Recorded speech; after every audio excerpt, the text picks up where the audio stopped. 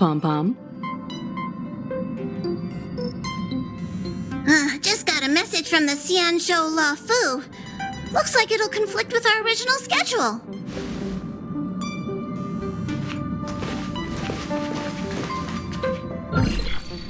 It's been a while, my friends on the Astral Express.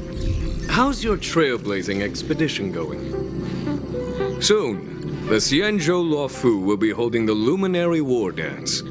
Those who have aided the La Fu in overcoming the crisis are cherished allies of the Xianzhou. Thus, on behalf of the Seat of Divine Foresight, I'm extending an invitation to attend the ceremony. Your presence would be greatly appreciated. Well, things are getting lively.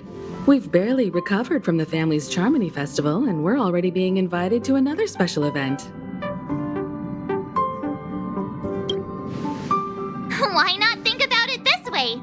Our trailblazing expeditions are turning into blast expeditions, where we eat, drink, and play wherever we go. Blast? Expedition? Yeah! Wherever we go, we eat, play, and have a blast! So we should leave March behind to take care of the Express? Hey! That's not what I meant! I'm all for some fun. I just hope there won't be any surprise party crashers, like Friday or Saturday. The Xianzhou La Fu has recently overcome a crisis. By holding the war dance, they're demonstrating to everyone that they've returned to a state of peace and safety. But that's what everyone said before we went to Penacony. You'll be totally safe under the family's protection. No need to worry. The war dance is not like the Charmony Festival with all its hidden secrets. It's just a festival to honor the Rainbow Arbiter and the Cloud Knights, who fought against the abominations of abundance and protected the Xianzhou ships. Aside from star skiff performances, it's mostly martial contests. Nothing too different from the Taiki and Roboball contest we've seen before.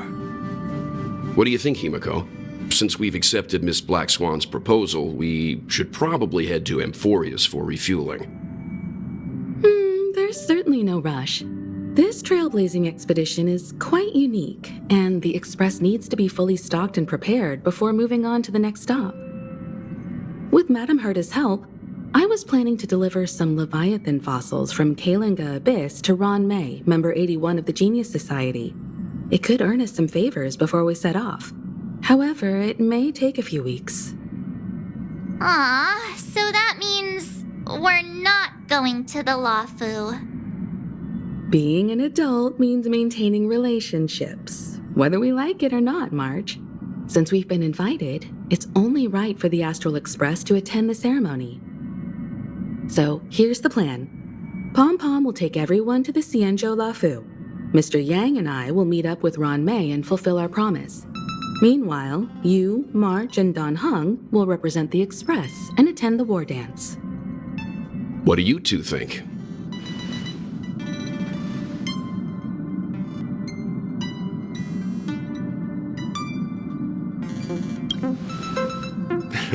I don't hear any objections. Now that everyone's on board with the plan, it's time to warp to the Xianzhou La Fu.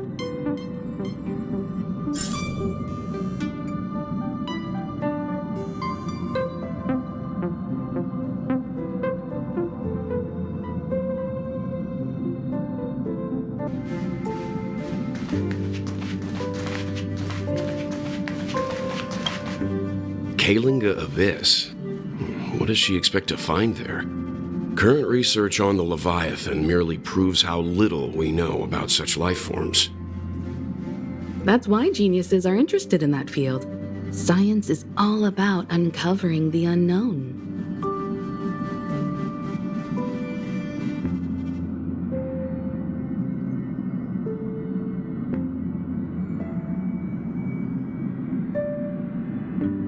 Don't miss us too much.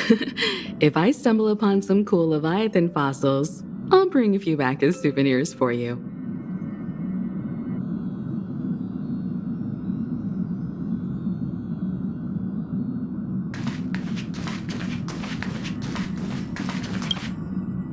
Himeko really knows how to convince people. Between Leviathan fossils and the war dance, the latter definitely sounds more fun. By the way, Danhung, this time you'll be taking a stroll with us on the Luofu, right? And just let you two wander around aimlessly on the Luofu by yourselves? I don't think so. Plus, Mr. Yang is right. The ambrosial arbor crisis just ended, and both the long life and short life species are still feeling uneasy. And that's why Jing Yuan wants to organize the war dance, to show that the Xianzhou Luofu is stable and safe.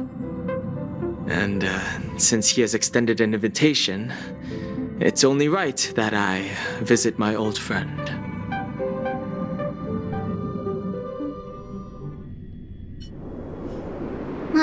Coming back to this place brings back so many memories, you know?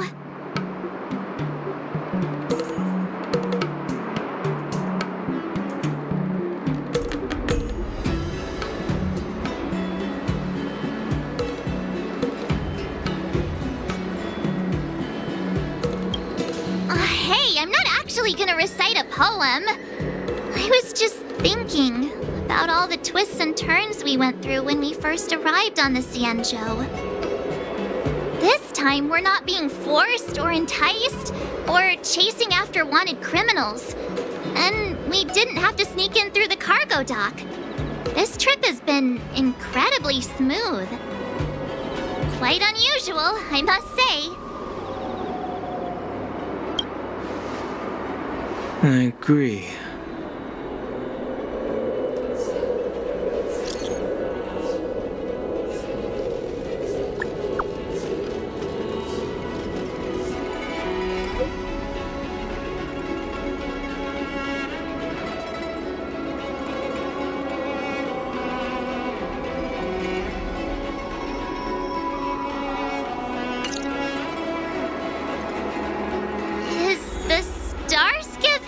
Always this crowded?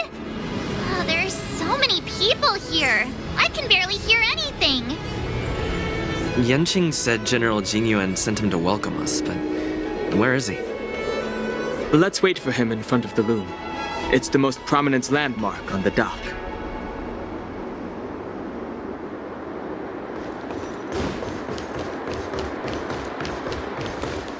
Hey, you guys! Hold on a moment.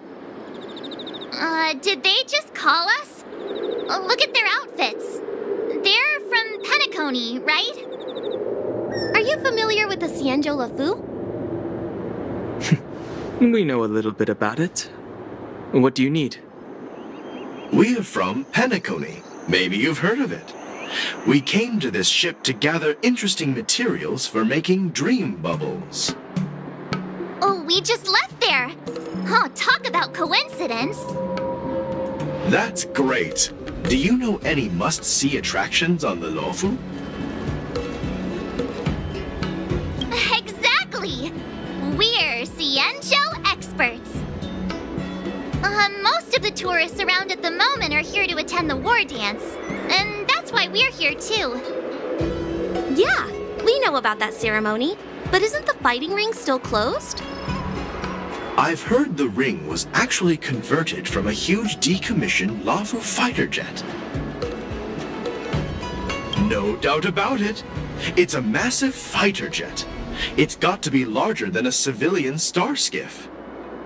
But for now, all we can do is wait until the war dance starts in a few weeks before we can board it. We've still got work to do, so we can't just sit around waiting for it to start. That's why we're asking you about some must-see attractions. We're looking for unique experiences that you won't find on Penacony. Our clients love these kinds of dream bubbles the most. You're the expert here. Give them some suggestions. Good idea. The everyday vibe of the Aurum Alley is a rare find on the planet of festivities. Everyday vibe. Yeah, our clients have had their fair share of adrenaline-pumping dreamscapes. Maybe something down to earth would touch their hearts. Thanks for the suggestion. We'll head to the Aurum Alley to gather materials. Maybe we'll run into each other there in a couple of days. Look, Yanqing's here. Really? Let's go catch up with him!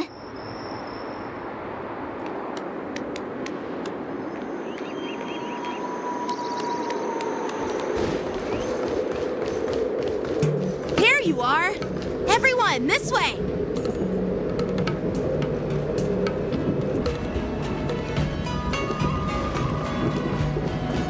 How long have we been dating, dear? Hey, everyone! It's been a while. Well, it doesn't feel like it's been that long since we last saw you. But, Yanqing, are you? What's up, Miss March? They say kids grow up really fast. Yanqing, are you a little bit taller than before? We've only been away for a few months.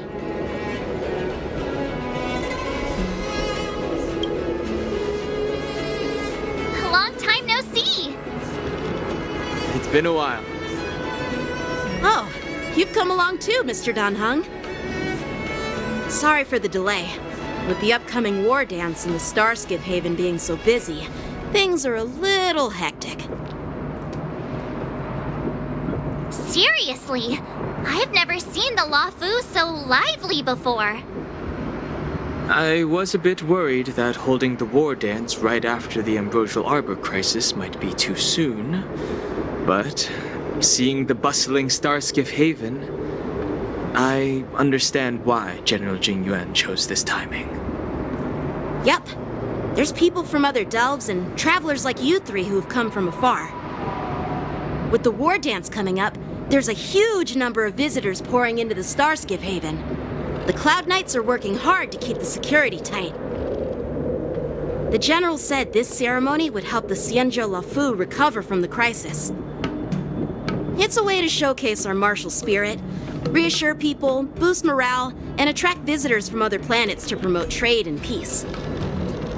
By the way, the Xianzhou Alliance places great importance on this ceremony too. The Xianzhou ships, the Zhuming and the Yaoqing, have both sent messengers to offer their blessings. Yeah, I wonder if you've heard of it. It's known as the Star Forge, and it's responsible for providing more than half of the Cloud Knights' armaments. The Xianzhou Zhuming boasts skilled craftsmasters, and General Huayan is a top-notch craftsman himself. If only I could get a sword forged by him, I'd be on Cloud 9. By the way, Yanqing, where are we headed next? I'm sorry for talking your ear off. The General wants to catch up with you at the Palace of Astrum. He's been eager to hear about how the Express has been doing. It's funny how he tries to act all mature, but whenever it comes to something he's interested in, you can really see his childish side.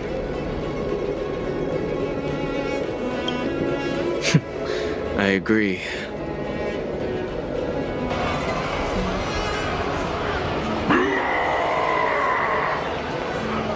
All units, assemble quickly! Get ready to protect the crowd! I just mentioned security, and now all of a sudden something's gone wrong. Excuse me, I need to go check out the situation.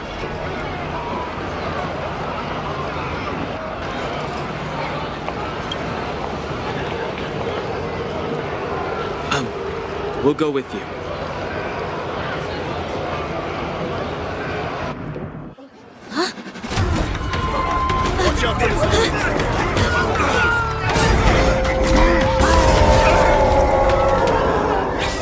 Protect the civilians.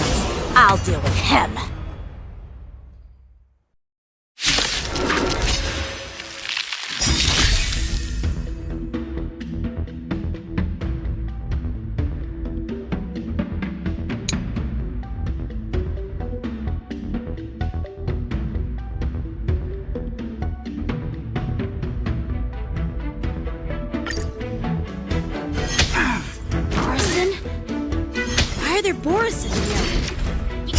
This ends now. I should be able to find you.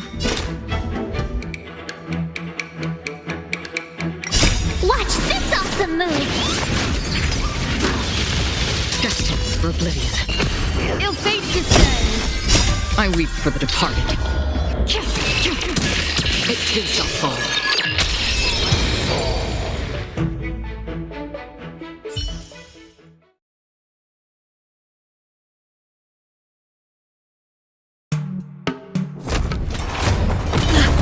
Not good.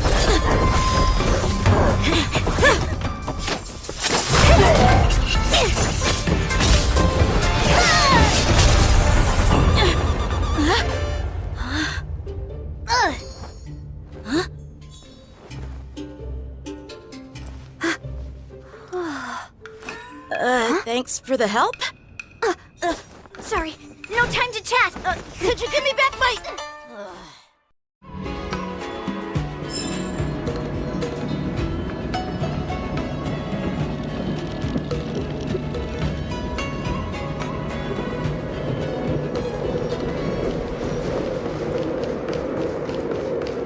Wait! My sword! I'm sorry, but I'm afraid we'll have to put our plans on hold for now. I need to find out what's going on.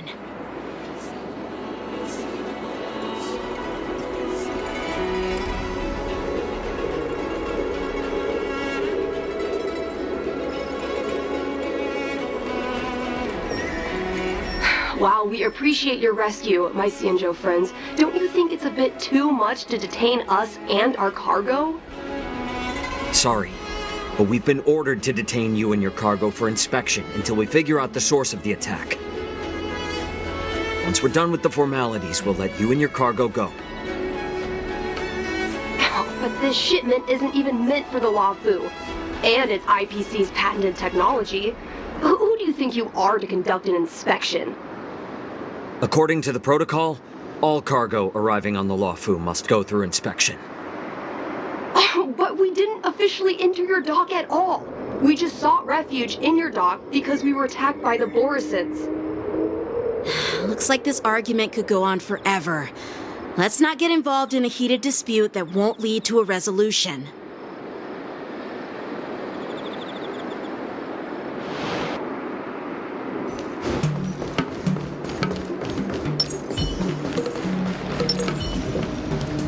Who's in charge here?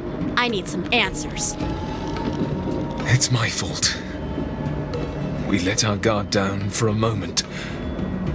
I take full responsibility. With the war dance approaching, safety should be a top priority. Now, tell me, how did Borisin prisoners end up in Starskiff Haven? According to the protocol, Borisin prisoners should be held on a starskiff and taken directly to the shackling prison under strict supervision without ever touching the ground. Who allowed a prisoner transport ship to dock at the passenger terminal? Please don't blame this captain. This incident involves the Ju Ming's diplomatic vessel. Who are you? I'm Liu Jun, an officer of the Patrol Defense Squad. Thank you for your help, Lieutenant Yanqing. The situation unfolded rapidly and it shouldn't be held against the captain. Here's what happened. An IPC transport ship was attacked by the Borisin just before arriving, and the Ju Ming's diplomatic vessel came to the rescue. They fought off the Borisin pirates and imprisoned them on their ship. So, an IPC ship was attacked by the Borisin near the Luofu, and the Ju Ming envoys saved them? Sounds complicated. Honestly, it gives me a headache too. Ju Ming diplomatic ship, adhering to standard procedure, docked at the passenger terminal to hand these criminals over to the Luofu. You know, with all the outsiders flooding onto the Luofu, the Starskiff lanes are under immense pressure. The Borisin desperados decided to put up a fight before the prisoner transport Starskiff could get there. And that's what you just witnessed. We'll make sure these prisoners are sent to the shackling prison as soon as possible. I see. It's an unusual situation indeed. I'll report it to the security department of the Realm Keeping Commission and ask for their cooperation in handling the aftermath. Maybe I should gather more details from others so that the Seed of Divine Foresight can have a better understanding of the situation.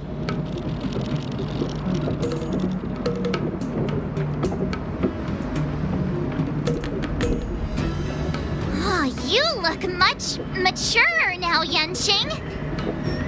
Please don't tease me, Miss March.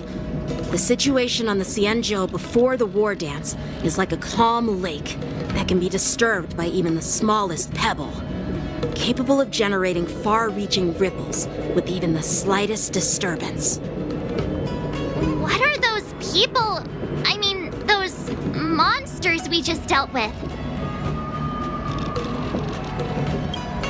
Those werewolf monsters are known as Borisin.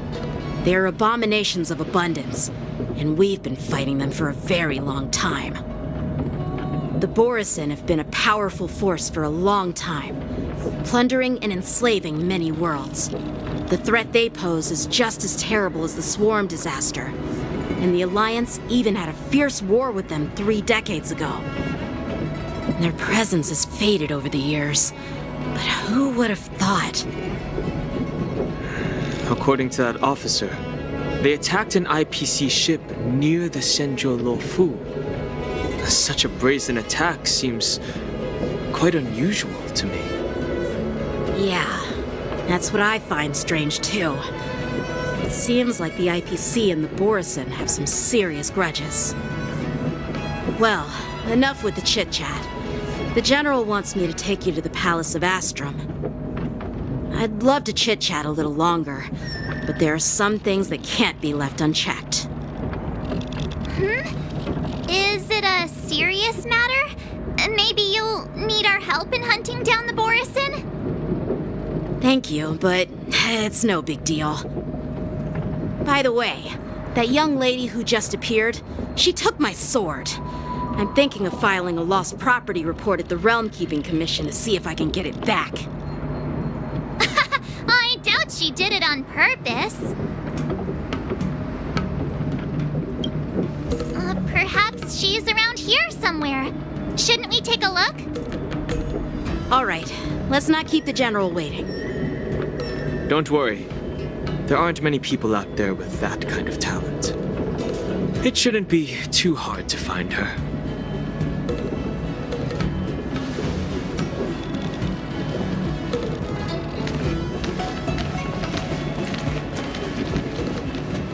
There sure are a lot of troublemakers around.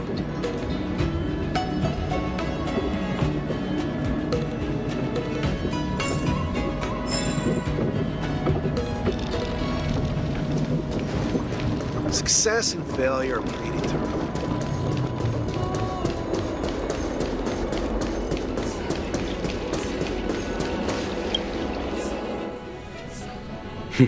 It's been a long journey, Elder Hwaiyan.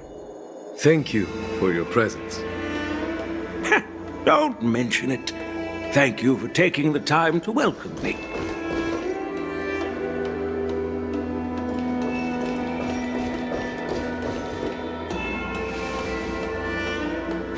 General, I brought our guests from the Express.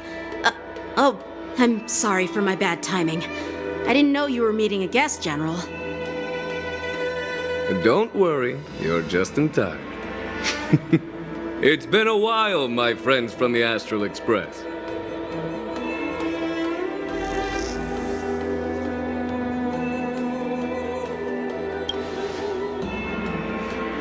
All is well when you have friends coming from afar. Allow me to introduce you to General Hwaiyan. He's the Arbiter General of the Xianzhou Zhuming, known as the Flaming Heart. No need to be so formal. I'm just a tourist here, no different from other tourists who've come to attend the ceremony. Elder Hwaiyan is not only one of the Arbiter Generals, but also the Furnace Master of the Artisanship Commission. Besides his martial skills, he excels in forging various weapons. Such talents are unique, even among the Arbiter Generals. Be it Arbiter General or Furnace Master, These are merely titles given to me long ago. I've retired several times already, but with the current change in circumstances, the Marshal has called me back to duty, and I had no choice but to answer the call. Well, in the end, I'm to blame. Living such a long life naturally brings its share of disapproval. It's an honor to meet you, General Huayan. It's my honor to meet you, General Huayan.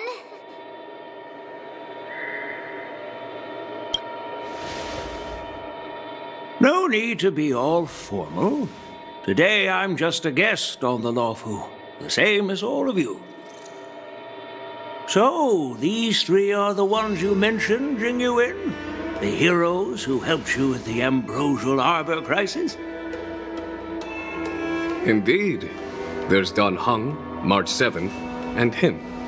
Without their help, I'm afraid the Luofu might not have easily overcome this crisis. So, the Imbibitor Lune's reincarnation has returned to the Luofu and will attend the war dance. I'd love to have a drink with you should the chance present itself. You're more than welcome, General Huayan. And this young friend is? Yanqing, my apprentice. He remains by my side as my retainer due to his youth, which I hope will season him with experience. He will stand for the Luofu's Cloud Knights in the upcoming war dance, ready to take on all kinds of challenges. Great, great! It's a real treat to see so many talented young people around here today. Oh, I almost forgot. This is my apprentice, Yoon Lee. It's you! Oh, it's you. Hello. Oh, you two already know each other? Guess we don't need any introductions, then. What a coincidence! I was afraid I'd have trouble finding this girl. Oh? Now you've piqued my curiosity. Tell me, how did you two become acquainted? She helped me capture the escaped Borisin prisoners at the Starskiff Haven. Allow me to express my gratitude for you. But when you left, you took my flying sword with you. Your flying sword? Oh, so that's why I found a dagger in my bag. Turns out it's yours. Yes, it is. Now that we've met again, I hope... Nope, that won't do. Won't do? You want your sword back, right? Well, you can't just take it back. On the Juming, when you lose your sword on the battlefield, you have to reclaim it on the battlefield. As for this little sword, it was supposed to strike that escaped Borisin prisoner. But unfortunately, its owner's agitated state caused it to fly off like a kite with a broken string, and it missed its target. By the way, if I hadn't caught it and helped it hit its mark, that Borisin prisoner would have gotten away. Hold on a sec, Yoon Lee. You took my sword without even asking, and now you're refusing to give it back? So much for Luofu sword masters. What did you just say? If you just stepped up and took your sword back from me fair and square, I would have totally respected you. But nope, you tried to play it down, expecting me to just hand it back to you like it's nothing. In front of everyone. With all due respect, you don't honor your sword, so you don't deserve it. Hasn't anyone told you that taking without asking is stealing? If you want to settle this with swords, fine. Let's have a one-on-one duel right now. Yanqing. Well, that's more like it. Just be careful, because I'm not as easy to handle as the Borisin. You two. be quiet and apologize to Yanqing. Hey! Whose side are you on, Grandpa? I don't take sides. It's a small misunderstanding, and an apology would be too much. I've heard about the Zhu Ming's incredible swordplay and craftsmanship, most notably the legendary Flame Wheel Octet.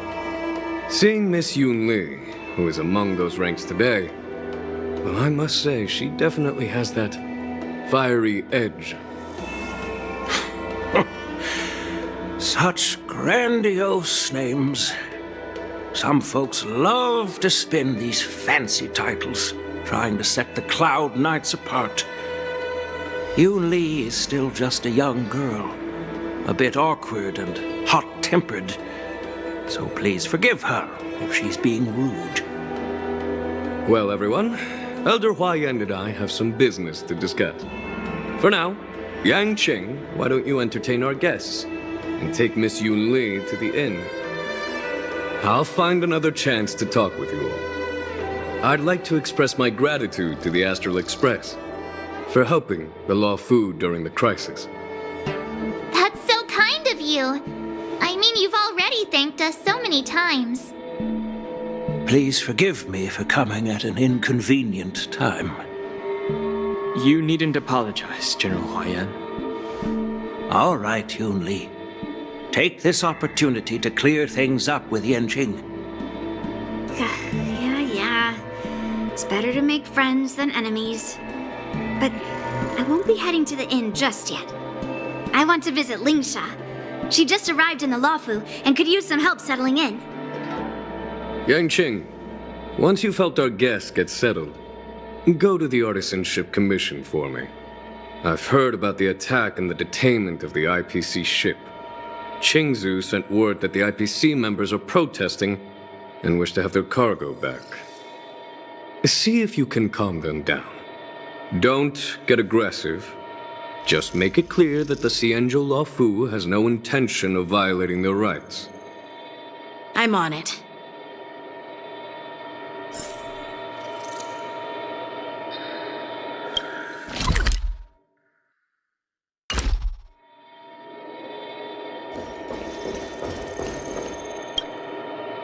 This is the report Qingzu just sent me. Let me take a look.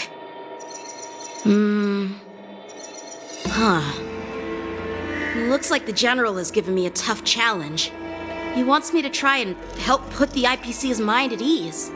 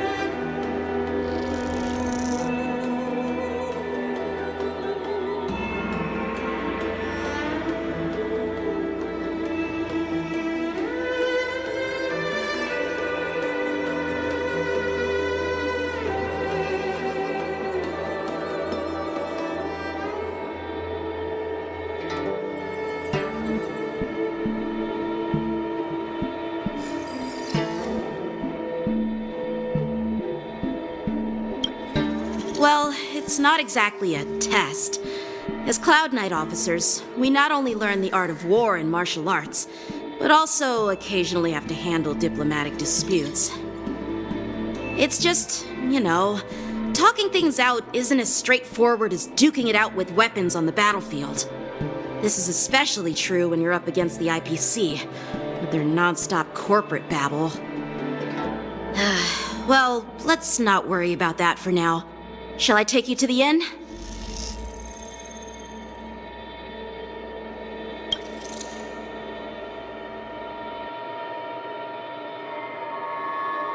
It is the Law Fu's honor to have you in attendance at the war dance.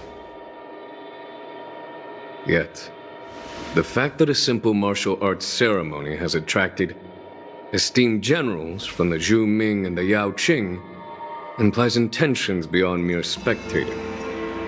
Might there be any specific instructions from the Marshal? You're overthinking it, Jingyuan.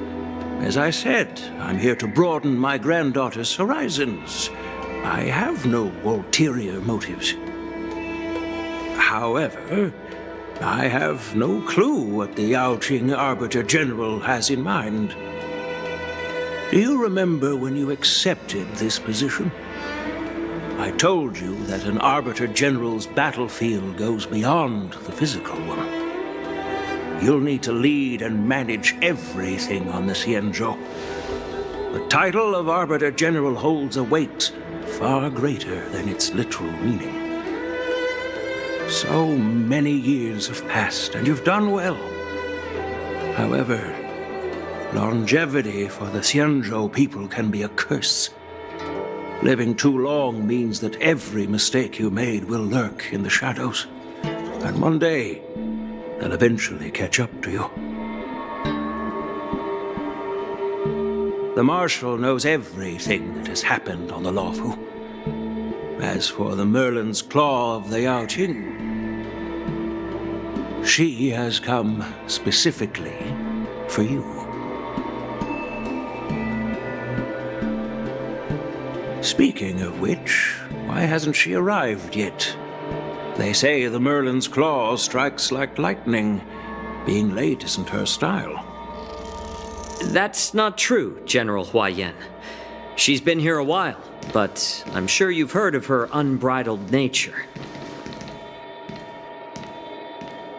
As soon as she disembarked from the star skiff, she mentioned having something to attend to and simply disappeared. You must be the messengers from the Xianzhou Yaoqing, I assume. We are Jiaoqiu and Moza, retainers of the Merlin's Claw. It's an honor to meet you in person, Arbiter Generals. Now this is interesting. A guest who doesn't come to visit but sends a message instead. What does she mean? Tell me, what could be more important to her than coming here? Master heard about a spectacular view in Scale Gorge Waterscape. I believe she went there to enjoy it. A spectacular view? Ha! Did you hear that, Jingyuan? This person is being sarcastic. Please do not misunderstand me, General Huaiyan. I was simply stating the truth. Master thought it would be inappropriate to keep you waiting, so she sent us here. Once she's finished with admiring the scenery, she'll personally come and apologize to the both of you.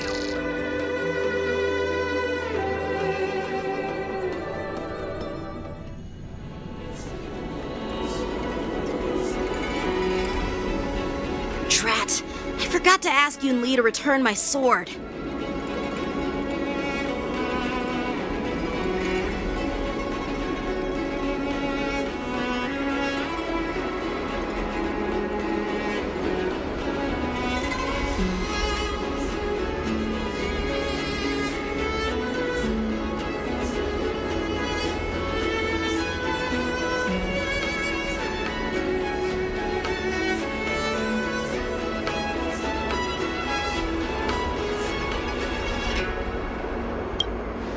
No need to bother. The Juming envoys won't be leaving the Luofu anytime soon. I'll ask for it later when we meet again. By the way, I don't know if it's just me, but the general seemed a little reserved. Could it be because of Elder Huaiyan's visit? Reserved? Really? Maybe I'm just overthinking things. No, you're not. When I entered the Palace of Astrum, I realized that the messenger from the Xianzhou Juming was actually the Arbiter General himself. So, the messenger from the Xianzhou Yaoqing must be the Merlin's Claw herself, I presume. That's right. Well, that's what makes this entire thing so unusual. What's so unusual about it? They simply received an invitation from Jingyuan, just like the crew. right? The war dance is just a small festival. And now we have 2 Arbiter Generals from other Xianzhou ships here. I'm afraid they're here for something more. Maybe they've come to hold Jingyuan accountable for the Ambrosial Arbor crisis? Hold him accountable? Come on, didn't the Law Fu fall victim to the disciples of Sanctus Medicus and the Antimatter Legion? Why would they blame the victim? Dan Shu's rebellion and Ventilia's scheming are merely one side of the story to the other Arbiter Generals of the Alliance. Only a single piece of incontrovertible evidence remains, creating an endless source of potential complications. The Ambrosial Arbor. Yes. It's undeniable that the plague mark, which was subdued by the Xianzhou Lo Fu, has resurfaced. But was it really a conspiracy instigated by the Antimatter Legion? Or does it indicate a traitorous intent from within the Lo Fu, implicating Jingyuan himself? Once the spark of suspicion is kindled, it proves hard to extinguish.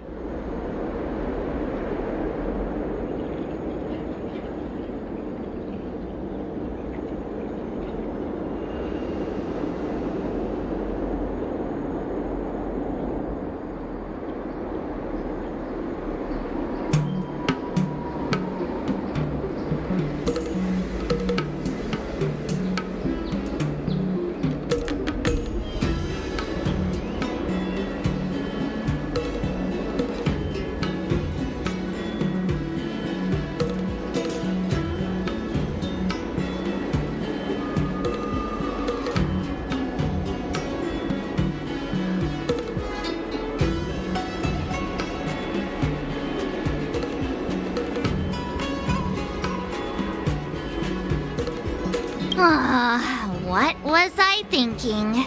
Seriously, here I was looking forward to a carefree and enjoyable trip.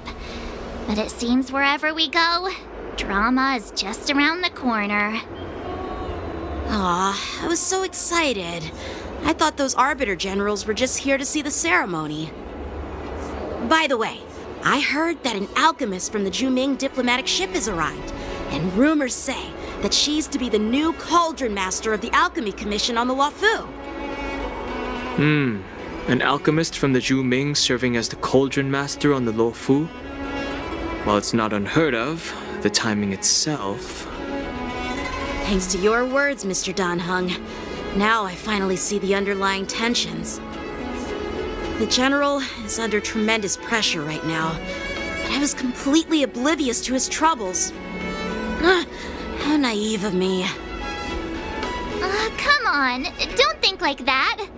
Leave the adult matters to the adults.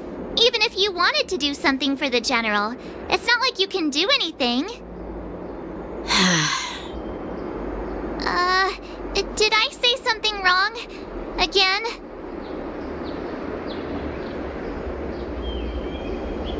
Miss March is right. I don't have the skills to share the General's burdens at the moment. Still, I'll do my best to follow his instructions. Let's go. Once I've taken you to your accommodations, I need to go to the Artisanship Commission to handle the IPC's protest. He looks like he has a lot on his mind. We can't just let him go alone. Why don't we accompany you to the Artisanship Commission? This is too much trouble. While I appreciate your kindness, dealing with the IPC's workers could be tricky. I'm afraid this will cause trouble for the Express. No worries. We're pretty experienced in dealing with the IPC. You've heard of the 10 Stone Hearts? We've dealt with quite a few of them, right? Hey, who's bragging? Anyway, this time it'll just be a few ordinary IPC workers. Surely you don't think they'll be even trickier than Aventurine, do you? Well, since you're willing to help, I won't decline your kindness. Let's head to the Artisanship Commission and meet them.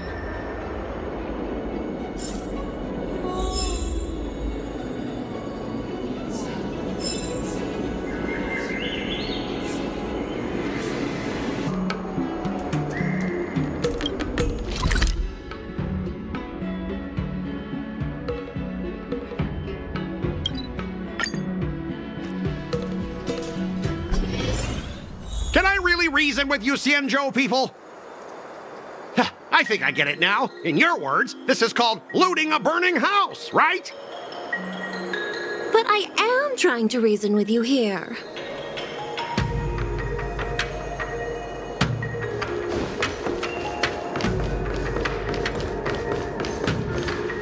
Ugh, that toxic voice sounds familiar. Haven't I heard it before in Arum Alley? You know what? This isn't my first time dealing with the Skyfaring Commission. I can handle your unreasonable ways. But straight up snatching IPC cargo, isn't that going a bit too far? Just as I've said it many times already. Once we've inspected the cargo and completed the security check, you can be on your way. Is there something wrong with your ears, or is it just your brain? I'm hearing you loud and clear. I'm thinking clear. And my answer is crystal clear. Not a chance. Keep detaining my cargo and I'll file a complaint directly with your general.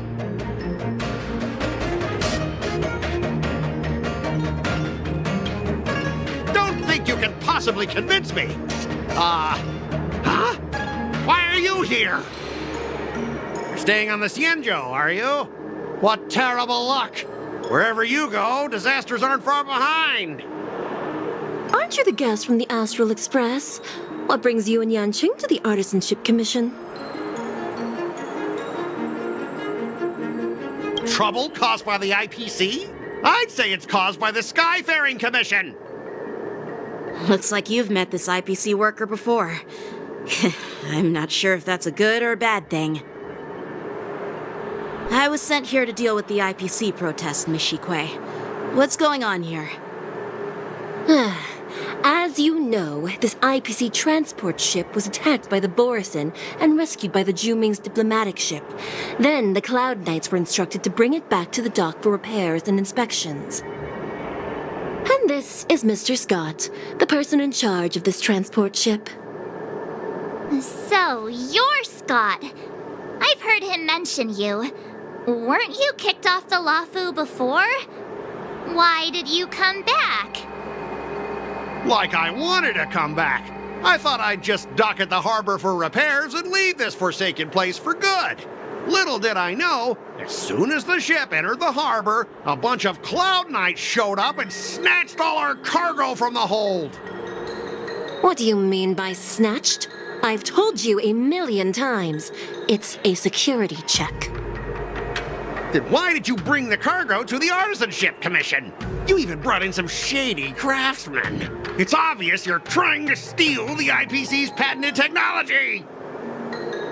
Listen here. Firstly, the Skyfaring Commission detected dangerous items that could possibly be weapons in your cargo hold. That's why they called me here, to double check. Secondly, where the heck did you get the idea that I'm a shady craftsman? Even if there are dangerous items, what do they have to do with you? It's not even being shipped to the Lafu. We'll just fix the ship and be on our way. We won't unload our cargo here. But you'll have to stay in the port for several days before your ship is repaired and you can take off again. How can we just leave unchecked items sitting here? I understand, but we don't need to disassemble the cargo if it's just a security check, right? In most cases, we don't.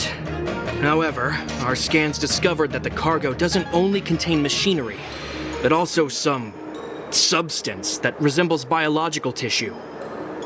Biological tissue? Does this crate contain living things? I'm afraid we'll need to wait for the Alchemy Commission for further confirmation. In any case, according to our regulations, we need to unseal one of the crates for further examination. But this IPC specialist has been hindering us on the grounds of patent secrecy. The Alliance's regulations on biological products are very strict. Without further inspection, there is no way for the Skyfaring Commission to release the cargo.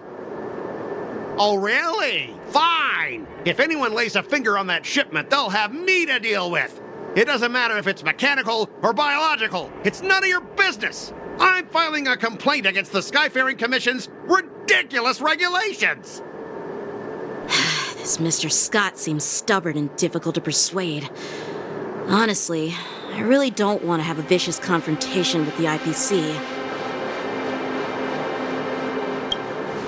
I heard how you helped R. O'Malley. The IPC representative back then was Mr. Scott, right? Since you've dealt with him before, it looks like I'll have to rely on you again. What are you guys whispering about over there? Just hurry up and give us back our cargo.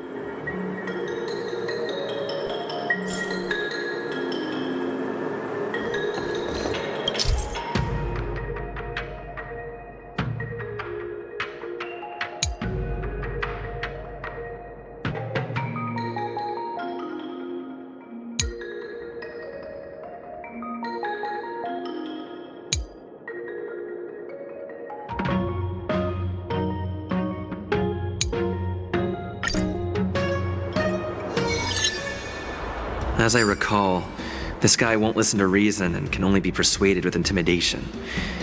But he does seem to follow rules to some extent. Let's use that against him. Speaking of regulations, we have our own laws and regulations too. According to Article 4 of the Cienjo Alliance IPC Trade Consensus, the Alliance and IPC shall never infringe on each other's intellectual property rights.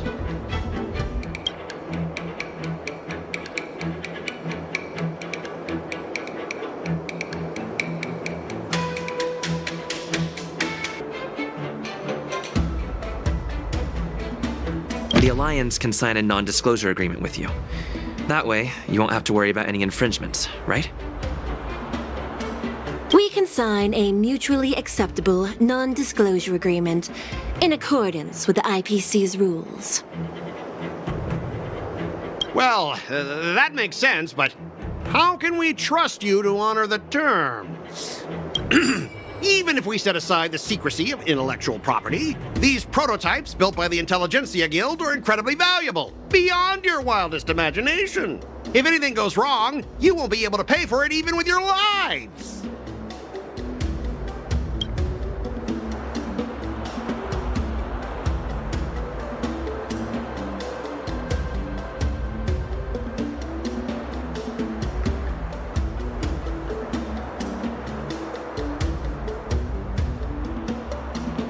Can you give us an exact amount, Mr. Scott? If there's any damage after the inspection, the the Skyfaring Commission will compensate you. The Skyfaring Commission. Yeah, they will compensate you, provided a detailed report of the damage is submitted. I don't doubt the financial strength of the Skyfaring Commission. However, this is not just about money. Besides, the cargo on this transport vessel belongs to the Intelligentsia Guild. If you want to inspect the cargo, shouldn't you at least call in a member of the Intelligentsia Guild to be present?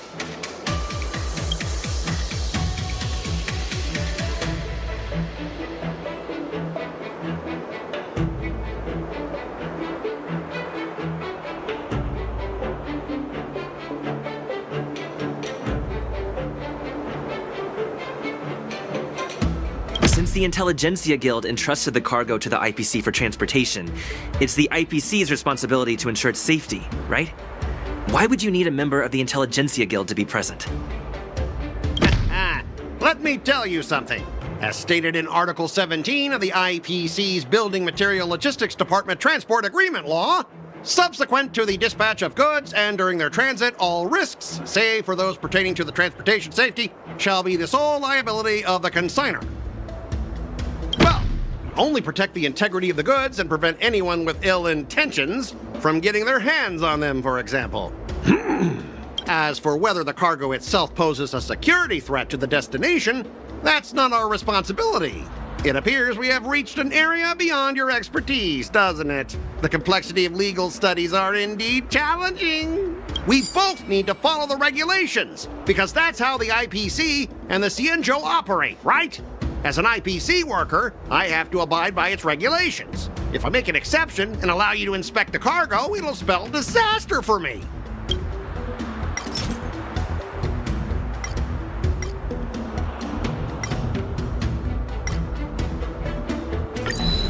All right, we understand your position, but rules are rules and we can't bend them now.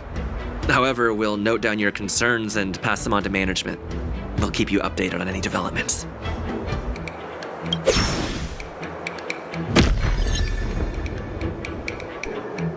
Well, you guys sure know how to argue your case. Fine. I'll allow you to do the security inspection. It's just that, I need some time to sort things out. This is a big deal. Let me talk to headquarters first. So, Mr. Scott, are you just stalling for time and planning to leave the Cienjo as soon as your ship is repaired? To avoid the Skyfaring Commission's inspection? Well, IPC staff are free to come and go, as long as they don't break any laws. Yeah, you've got some insight there. Who are you again?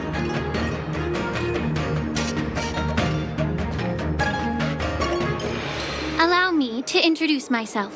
I'm Lingsha, Cauldron Master and head of the Alchemy Commission on the Lawfu. Could she be? Yeah, she's the new Cauldron Master assigned here from the Cienjo Juming. I received a report from the Artisanship Commission about cargo containing samples of unknown organisms. It said they needed help from the Alchemy Commission. I had nothing better to do, so I came myself. It's fine, Mr. Scott. If you really don't want your cargo to be inspected, it doesn't matter. It doesn't matter? How can you say that? Why are you being so nice all of a sudden? Well, since you're not going to check it, I'll take this crate and be on my way. Is that okay with everyone? Yeah, sure. Why should I object? Not only this sample, but all the goods on the transport ship are yours to keep. Like I said, we won't inspect them. Wait a minute!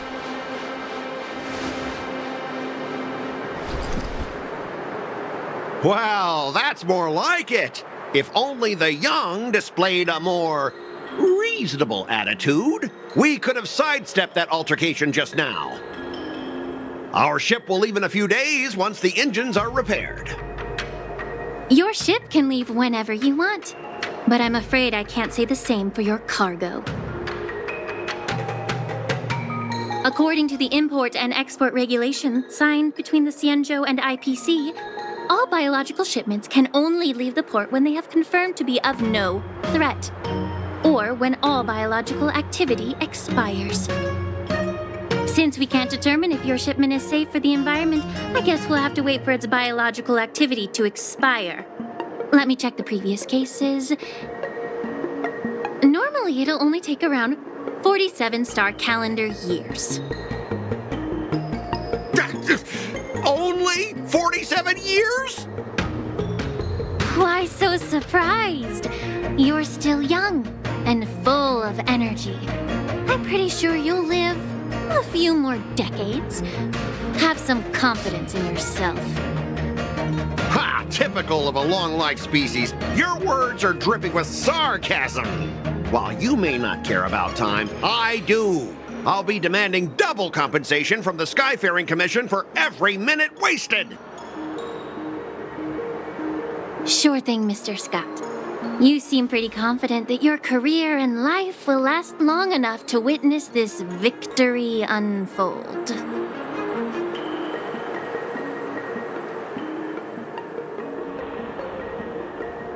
Step aside, guys. Let them do the inspection. But, Mr. Scott... Come on, we're already in enough trouble. Just let them do the security inspection. And if needed, I can always grovel before the Intelligentsia Guild later. I'm just using my head for what it's apparently good for, right?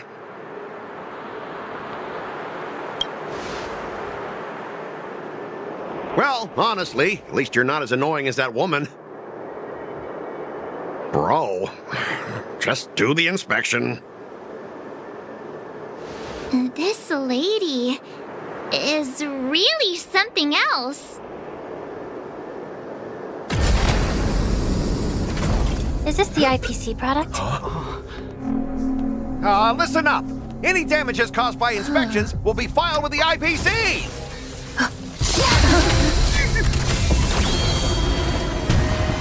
Turn it off!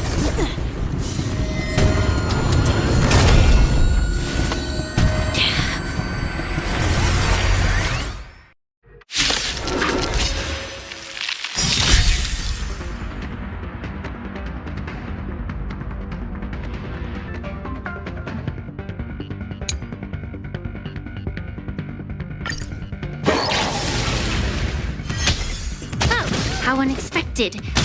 That was a surprise. Still waters of oblivion. Ill fate descends. Beneath the waters lies an endless abyss. I weep for the departed. It too shall fall.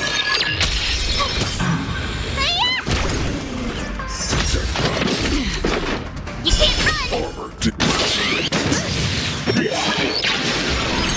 Destined for oblivion. Ill tidings manifest.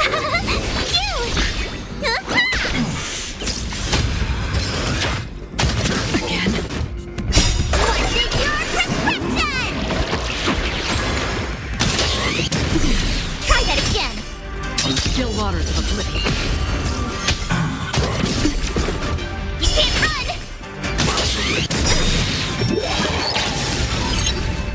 Watch this awesome move!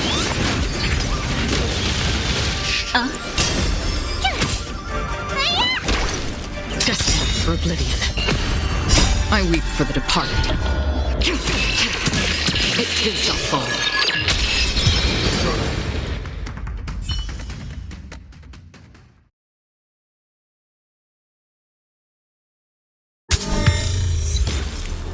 Were you seriously planning to leave this stuff unchecked at the dock for days? That's way too dangerous.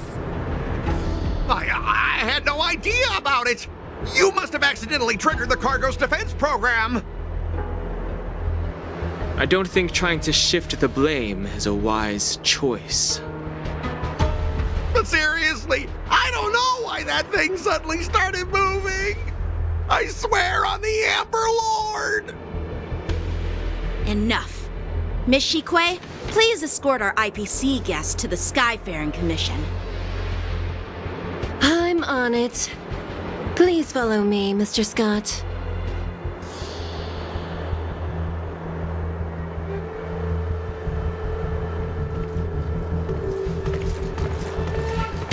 Gentlemen, our preliminary inspection shows that there is indeed hidden biological tissues inside, just like the craftsman feared. I can't even tell if it's ingenium or biological in nature. The core of this device is what they call wetware in industry slang. To put it simply, this machine operates with a kind of biological nerve as its control center. I'll take some samples for the alchemist to analyze and figure out where the biological tissue comes from. Why would the Intelligentsia Guild use such unethical technology? Perhaps they're trying to create a new weapon? Whatever the reason is, it's probably why the Borison attacked the ship. No wonder the IPC were trying to obstruct our inspection. I'll contact the Ten Lords Commission and ask the judges to come and give their final verdict on this. According to our rules, all prisoners and weapons involving dangerous creatures must be taken to the shackling prison for further sentencing. After all, it's the safest place on the Luofu. As for you, Mr. Craftsman, please go with the Cloud Knights and explain the situation to the judge.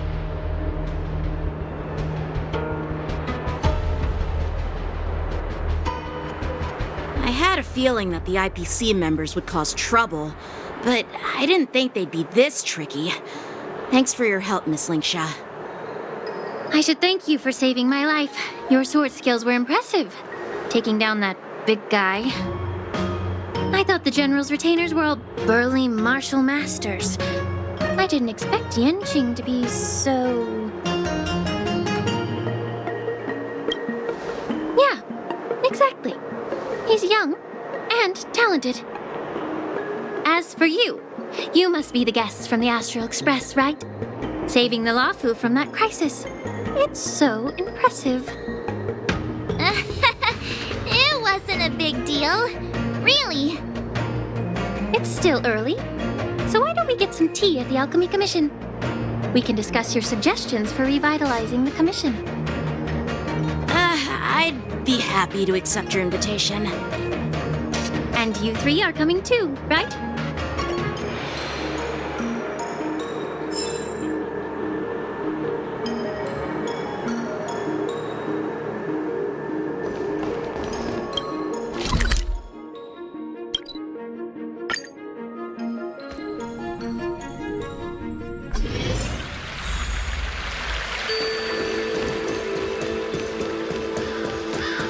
I'm here to pay my respects to the new cauldron. All these years, and the view at the Alchemy Commission hasn't changed a bit. The tides come and go, but the ancient sea remains the same. For us Vidyadhara, there's nothing more nostalgic than our homeland. You're a Luofu native, Miss Lingsha? Yes, I grew up here, listening to the sound of waves while researching prescriptions with my mentors and peers at the Alchemy Commission. It's kind of sad, isn't it? Everything changes but somehow remains familiar. Just like you, Don Hung, I traveled far from home, and now I've returned. Seeing the familiar scenery brings back a hint of nostalgia. The view here would be even better without the ambrosial arbor. Oh, really? I think that towering tree looks pretty impressive. Even if it's impressive, it's a plague mark. The Xianzhou have been fighting abominations for thousands of years. And now that the ambrosial arbor has been reborn, it's only natural for everyone to feel uneasy. Well, once a seed is planted, no matter how long it takes, it'll eventually sprout and bear fruit. In my humble opinion, the rebirth of the ambrosial arbor and the resurgence of the disciples of Sanctus Medicus were inevitable. The seed was already planted when the ancestors of the Xianzhou sought immortality.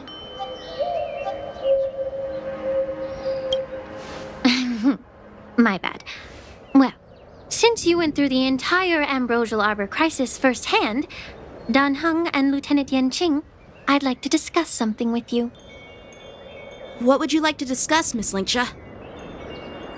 I was lucky enough to be chosen by the Alliance to come in and clean up all the old grime in the Alchemy Commission. Honestly, the Alchemy Commission is riddled with problems and has reached a point where fixing it seems impossible. I'm looking to remedy this problem, but was wondering if you could provide any insights. Well, even though I'm a Vidyadharan like you, I'm an outsider, just like my companions here. I can't really say much about a remedy, but I do have a piece of advice, Miss Lingsha. The Vidyadhara and the Alchemy Commission on the Luofu have always been intricately connected. If you cannot distance yourself from these ties, Miss Lingsha, changing the situation within the Alchemy Commission may be quite challenging. I may not know about politics, but I do know that the disciples of Sanctus Medicus have been operating within the Alchemy Commission for years. If you're determined to root them out, maybe you should discuss it with the General. I see. Thank you for your valuable insights. While the Lux Arrow from the Rainbow possesses unparalleled power to sever the ambrosial arbor, it can't sever mortals' desire to prolong their existence. Just like how the Cloud Knights can eliminate the remnants of the disciples of Sanctus Medicus, but are unable to calm the hearts and minds of the people within the Alchemy Commission.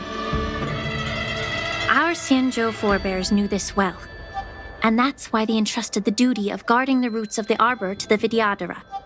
However, the Vidyadhara are still only mortal beings. 30 years ago, My mentor served as Alchemy Commission's Cauldron Master. She recognized the emerging undercurrents and sought to cleanse the source of the disturbance.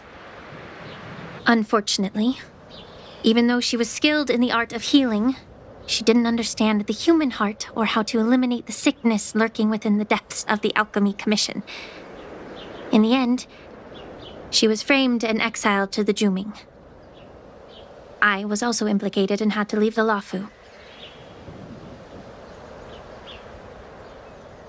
And guess who arbitrated the case and handed down the sentence? None other than General Jing Yuan himself. What? You heard it right. The ones responsible for the corruption in the Alchemy Commission are not just the remnants of the disciples of Sanctus Medicus, but even the Divine Foresight himself.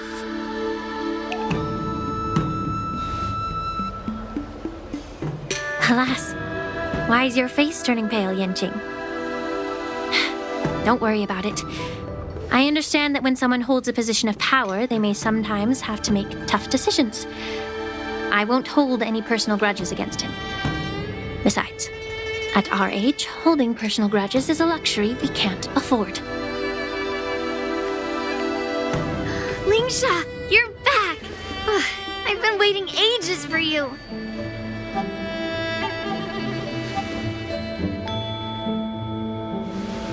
Yunli! Why aren't you with your grandpa? What brings you to the Alchemy Commission? Well, let me take this opportunity to introduce you to Yanqing. What a small world. You stole my sword! Give it back! I see. Let's skip the introduction part then. Why do I keep bumping into you? Are you stalking me or something? Of course not. Unlike you, Miss Yunli, I have important things to take care of. You, on the other hand, seem to have all the time in the world to wander around without returning my sword. Grandpa used to say that a sword reflects its master. I talked to your sword, and it told me that you've been distracted. You hesitate when you should strike, and you struggle to stay calm when your sword is unsheathed. Now that I see you again, I realize your sword was right. It wasn't me who took your sword. It was you who lost focus. Do you really expect me to believe that nonsense? I've been taking it easy on you because you're a guest from the Juming, but you're not taking the hint. Don't people from the Juming know you're supposed to return what you've borrowed? Just look at this flying sword. Even if I gave it back to you now, it'd just be taken away again in a few hours. You know the Cloud Knight saying, a Cloud Knight must never let slip their weapon. Yes? Well, sure, I can give it back to you now, but on the battlefield, that's a whole different story. Flying sword. Fine! You don't have to give it back, because I'll take it back myself! But which general should I call? Between these two, who do you think is tougher? Don't get me wrong, I'm just curious. It is my first day at the Alchemy Commission. A brawl is definitely not how I imagined celebrating it. Well, since you don't approve, I won't draw my sword here. I didn't mean it in that way. Since you've already drawn your swords, you'd be disappointed if you didn't get to test one another, right? I've received reports that the delves near the Alchemy Commission are still infested with abominations. Seems like my predecessors left quite a mess. So, if you two want to determine who's better, why not focus on them instead of each other? Clearing out some abominations? Sounds boring. It's the Cloud Knight's duty to eliminate those abominations. You don't have to ask me twice, Miss Lingsha. I'll help you get rid of them. Oh, you think you're the only one who knows how to behave? If Lingsha needs anything, I'll gladly draw my sword and help her out. It's so heartwarming to see both of you being so sweet and caring. So then, shall we get going?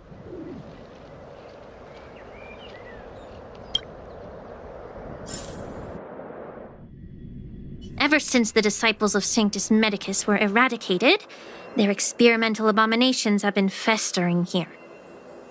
If you want a contest, I'll be the referee. The one who kills the most abominations within an hour wins. Lingsha, as always, you're still an expert in making unpaid work sound so noble and grand. It's for your own good, little Yunli. While you desire to compete against each other, I don't want to see either of you getting hurt. That's really thoughtful of you, Cauldron Master. So, are you both ready?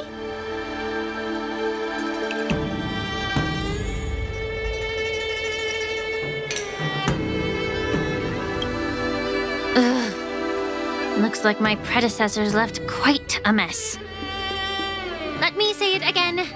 The one who kills the most abominations within an hour wins. Be careful when you draw your swords, and make sure you don't hurt each other. Can we start now, Lingsha?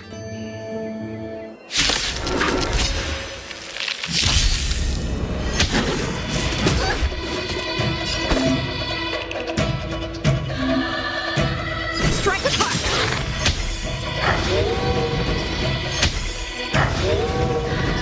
Still waters of oblivion. I weep for the departed. It too shall fall. I didn't expect someone who can't even hold on to a sword to actually have some skill.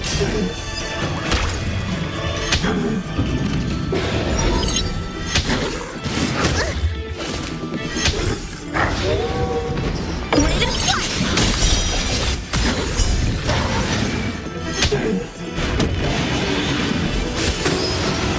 Impressive! Through clouds! Destined for oblivion.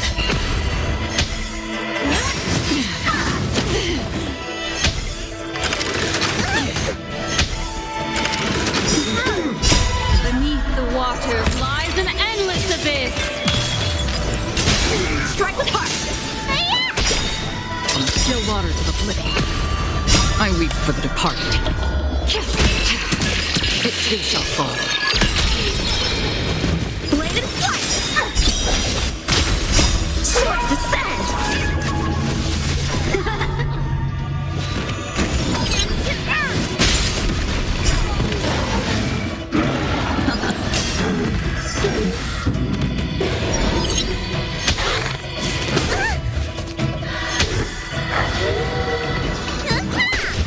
Destined for oblivion. Strike with heart!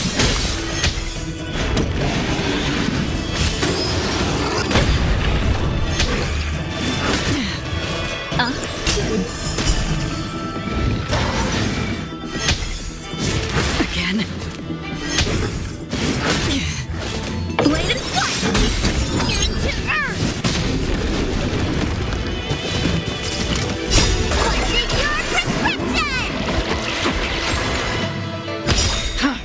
I weep for the departed. It too shall fall.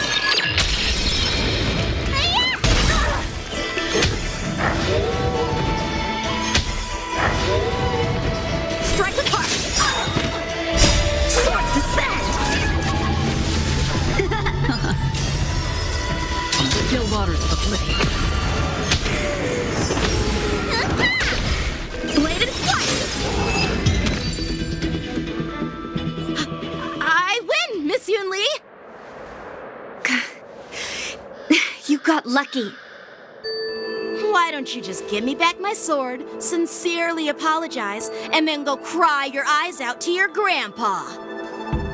Consider yourself lucky that I'm not interested in your rusty sword, as I don't have the nasty habit of snatching other people's weapons. All you did was chop down a few monsters. Don't get carried away with yourself. If you think you can just take this sword from my hand, go ahead and try.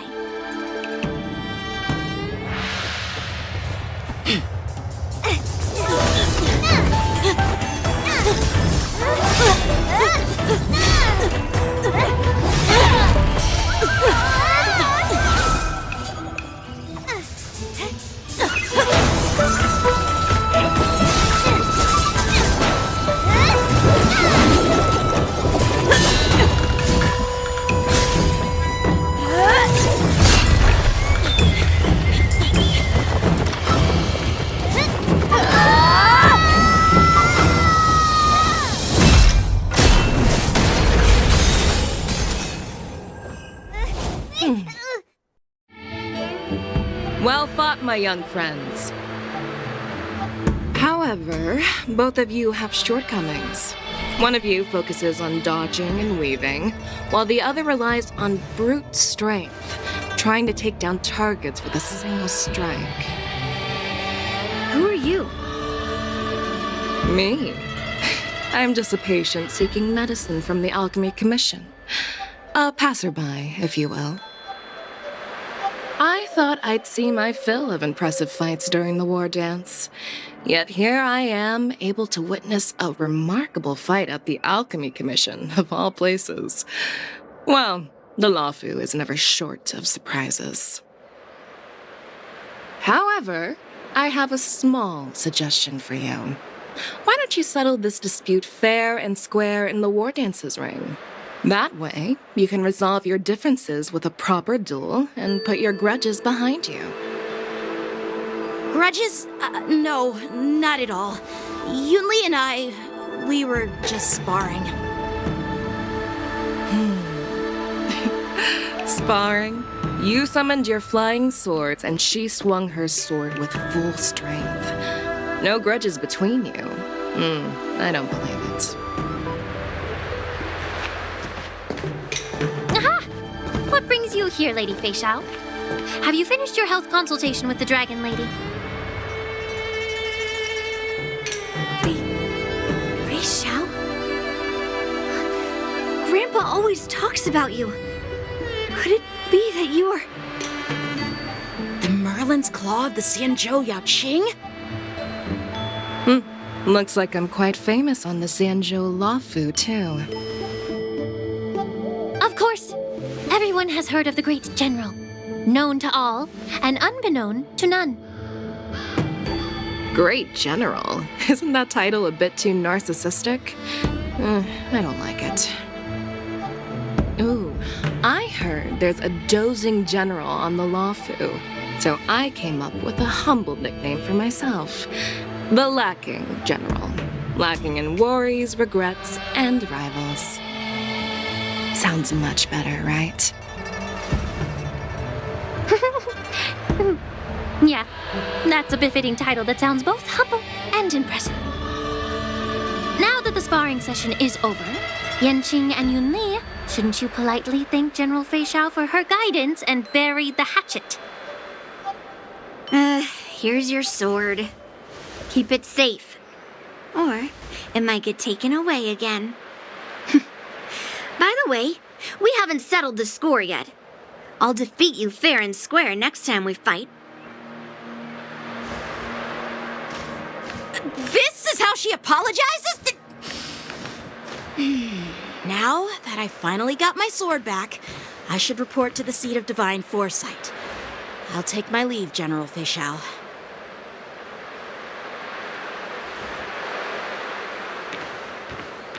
Oh, by the way, Miss Lingsha, if you've got some free time, I'd like to invite you to the seat of divine foresight for a chat with General Jing Yuan. I think there's more to those personal grudges you mentioned earlier.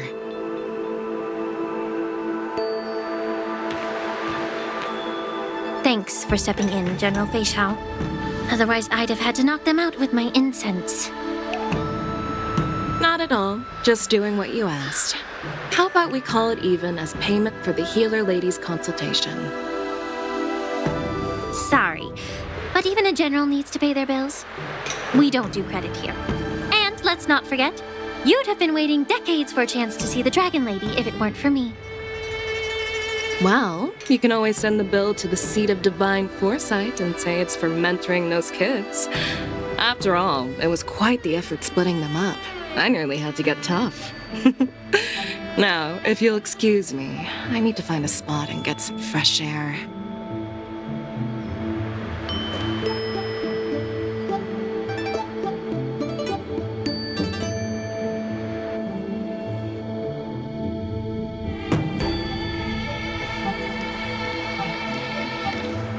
Back already? You've met with Jing Yuan and wandered around for a few hours. So, what do you think?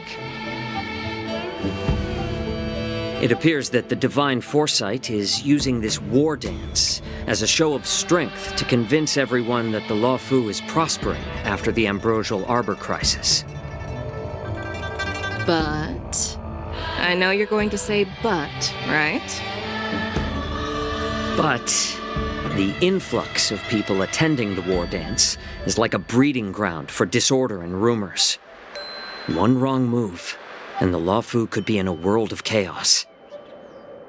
The Cloud Knights on the streets remain vigilant, so at the very least, General Jing Yuan is aware of this. As for other matters, I'm unable to say.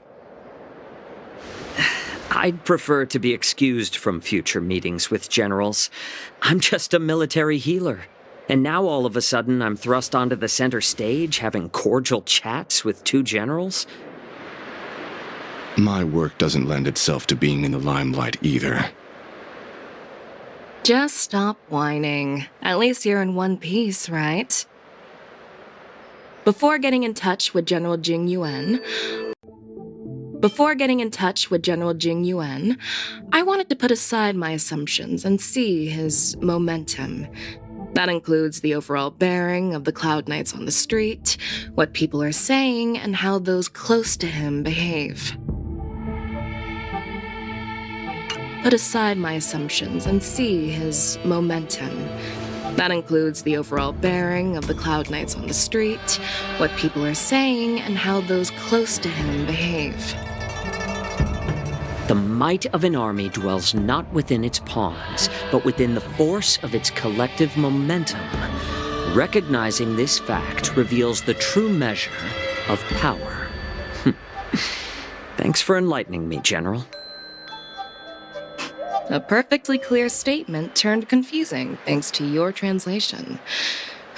You've made me lose where I was now. Anyway, this is how I operate in battle, so you might as well get used to it. Are you treating General Jing Yuan as your enemy? The longest-serving general of the Xianzhou Luofu. Do you think he'd have only a few enemies? By the way, General, you met the healer lady, yes? Could you show me the medicine she prescribed you? Well, the healer lady couldn't do anything about my condition. She just told me to enjoy some tasty food. So not even the famed healer lady could help? Don't worry. I'll fulfill my promise and find a way to cure you. Actually, I've found some leads. Well, life and death, Jiao Zhou. It's all predetermined. Upon starting my military career, I made a pledge that the rest of my life would be dedicated to being the Xianzhou spearhead, hunting down the abominations of abundance till the end of my days. As long as I can fulfill that deep-seated desire, I don't care how long I live. You asked if I view General Jing Yuan as my enemy. No. My real enemy has always been myself.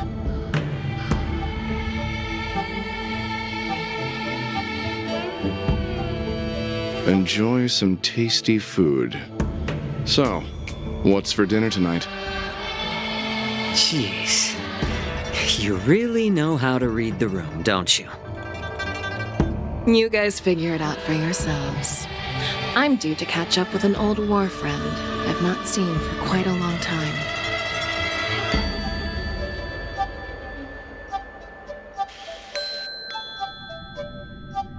Hey! Was that the Yaoqing general who just dropped in out of nowhere? Oh, she's so awesome! I mean, when Yun Li swung that massive sword, she just casually blocked her attack with ease. Mine too. Yeah. But to go up against Yun Li is quite impressive, you know? That aura of heroism and grace, it almost makes me want to learn Xianzhou swordplay. You think so too, right?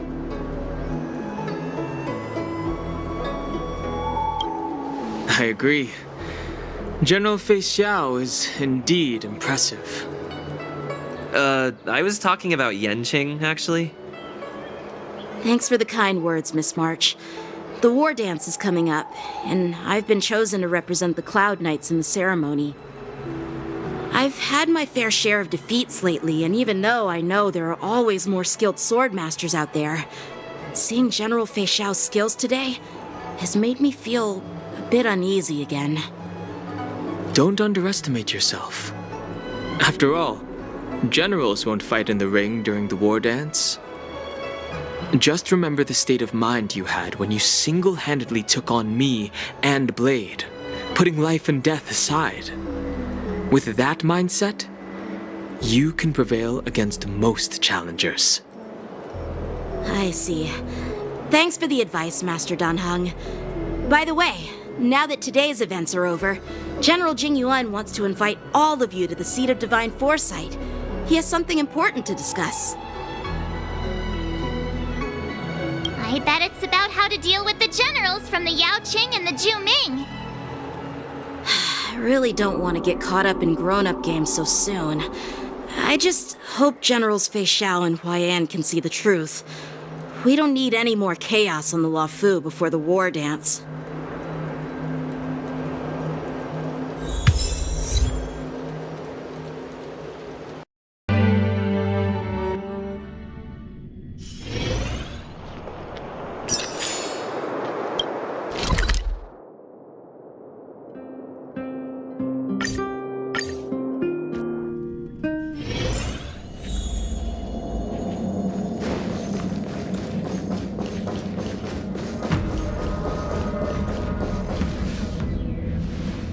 Earlier at the Palace of Astral, I introduced these guests from the Astral Express to you, Elder White. But with all the people around, we only exchanged pleasantries. Now, I'd like to officially introduce them to you.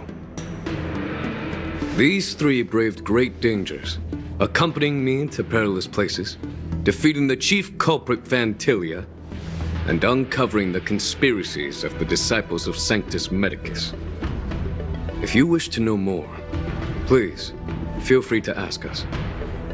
Well, I skimmed through the reports about the Arbor's rebirth from the Master Diviner Hu Xuan.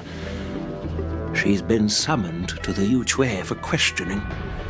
There are a lot of doubts within the Alliance about this whole situation. But despite all that, I believe in you.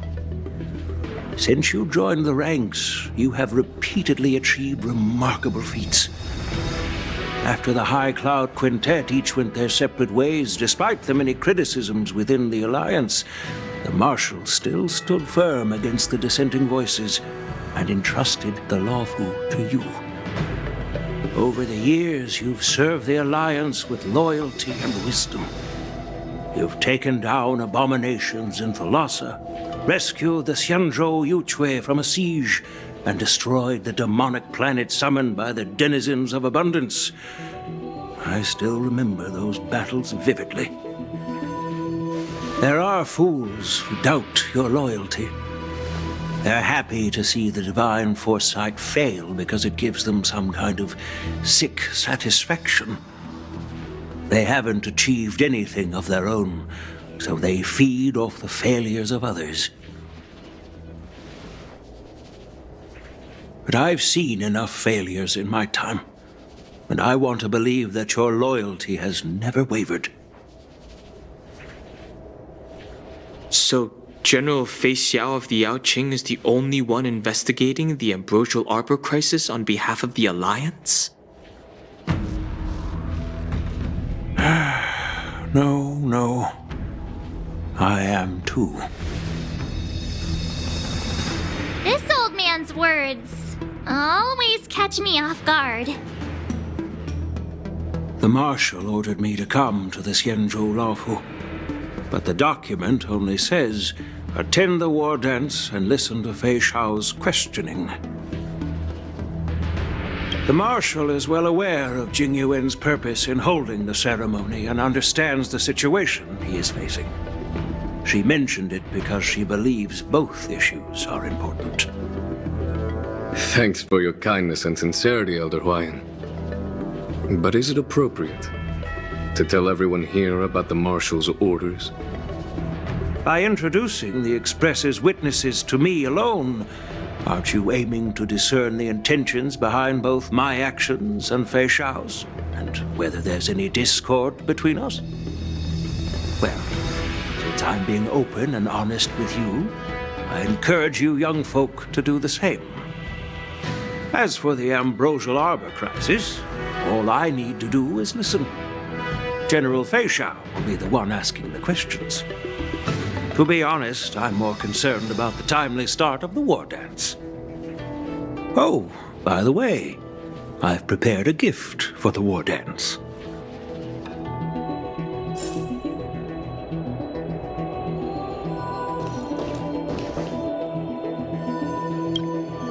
Yes, it's this case right here.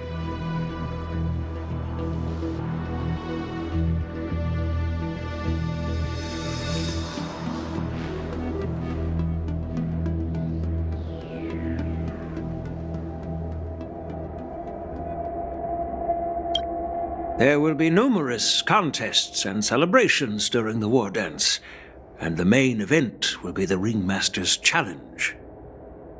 The host will dispatch a skilled warrior to take on challengers from all over the cosmos, showcasing the excellent martial arts of the Xianzhou Luofu.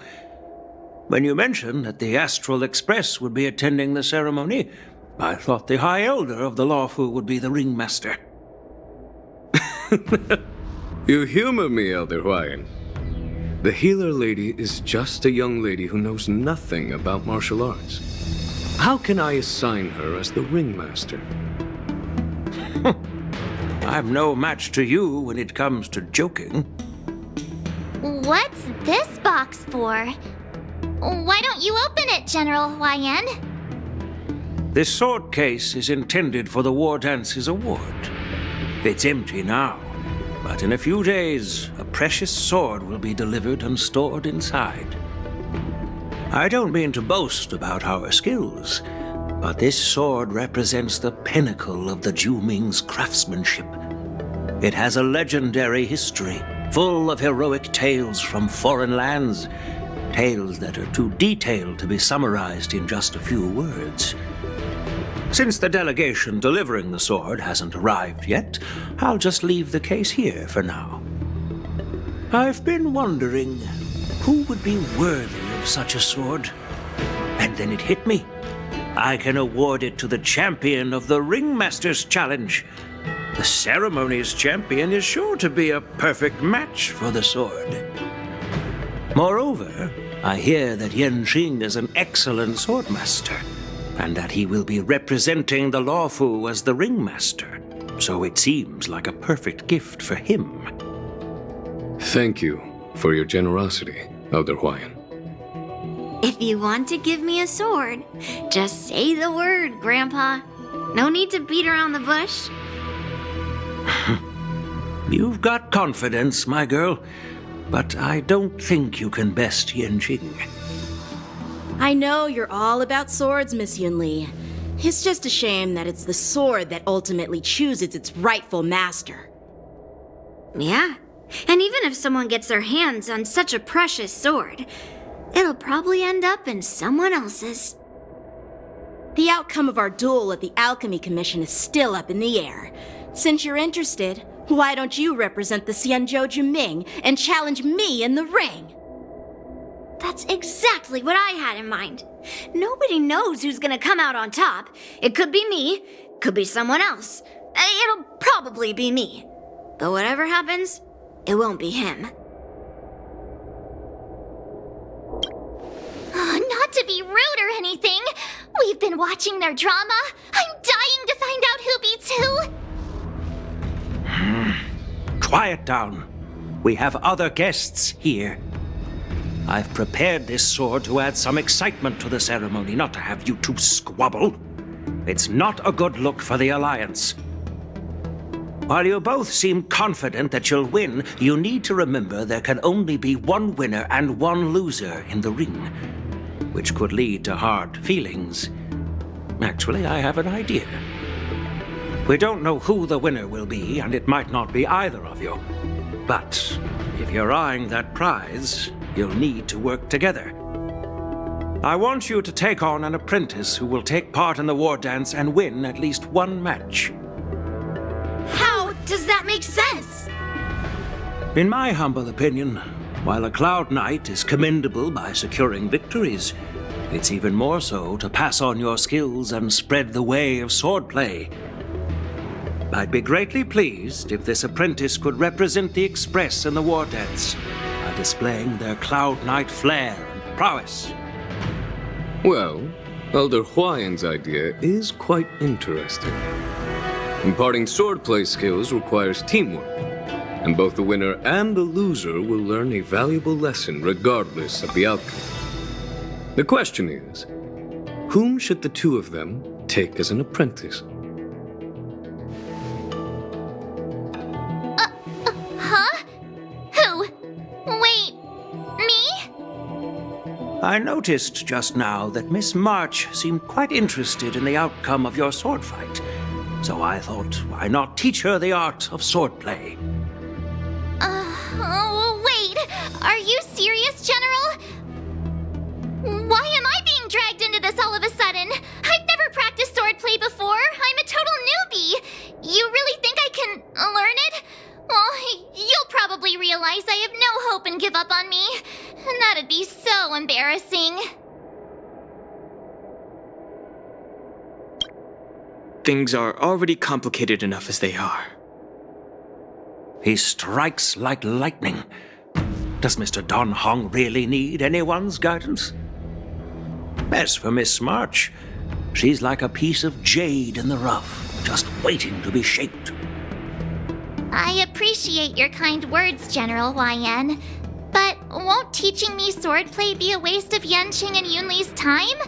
They should be preparing for the ceremony. Plus, I heard that each swordmaster has their own special moves. What if they let something slip while teaching me? If everyone knows each other's tactics, won't that make it hard to catch people off guard during the war dance? That's considerate of you, March 7th. But don't worry. It'll take you at least a decade of hard training before you can even start learning special moves. No need to freak out. A few Juming swordplay tricks will mean you'll be more than equipped. Really? Looks like March's curiosity has been piqued. The whole point is to know each other's moves. Defeating your opponent in just one move? How boring would that be? Plus, what really decides a swordsman's fate isn't some special move. It's the solid fundamentals.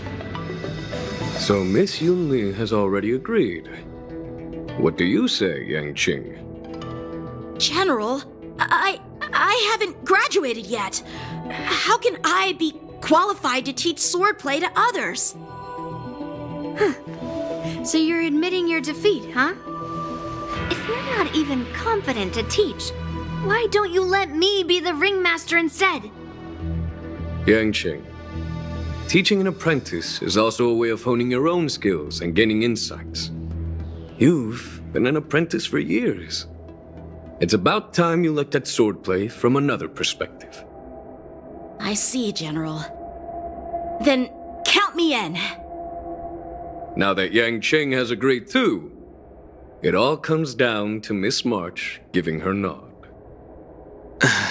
It's up to you to make the final decision, March. At least that way, I won't have to worry about you accidentally shooting me in the butt all the time. Hey, I've never missed my target. Then I'm on board. Thank you for your kindness, General Huayan. Great! Starting tomorrow, Yanqing and Yunli will teach you the basics of the Cloud Knight's swordplay. Yunli and I will head out and purchase some sword practice equipment for Miss March. Think of it as a little initiation gift. You're too kind. Wait, you're giving me a gift? Shouldn't it be the other way around?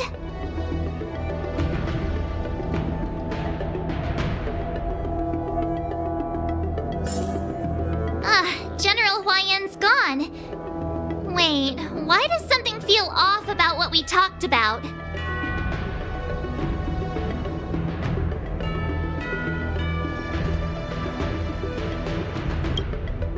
I think we strayed off topic. How did things even get to this point? Yeah, I brought you here because the General said he had some important matters to discuss. But how in the world did Yoon Lee and I suddenly become Miss March's swordplay mentors? Because General Huaiyan wants us to stick around on the Luofu for some time.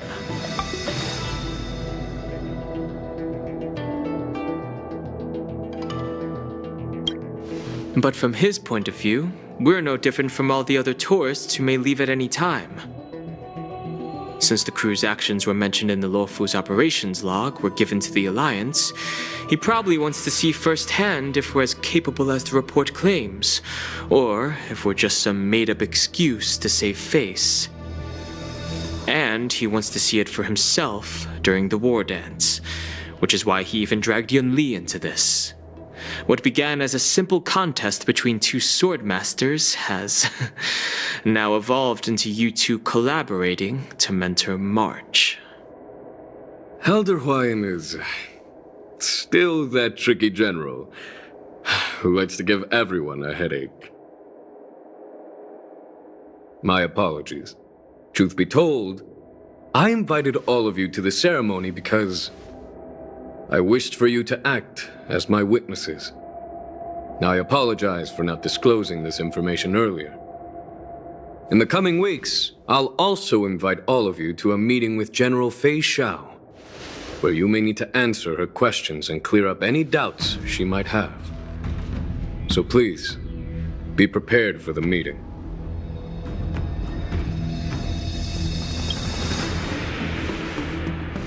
Don't worry, General. No matter what happens, I'm prepared to stay here as the Express's witness and answer any questions. Thank you, everyone. General, I know there isn't much I can do to share your burden, but... As the Luofu Ringmaster, I won't let anyone defeat me in the war dance. I know.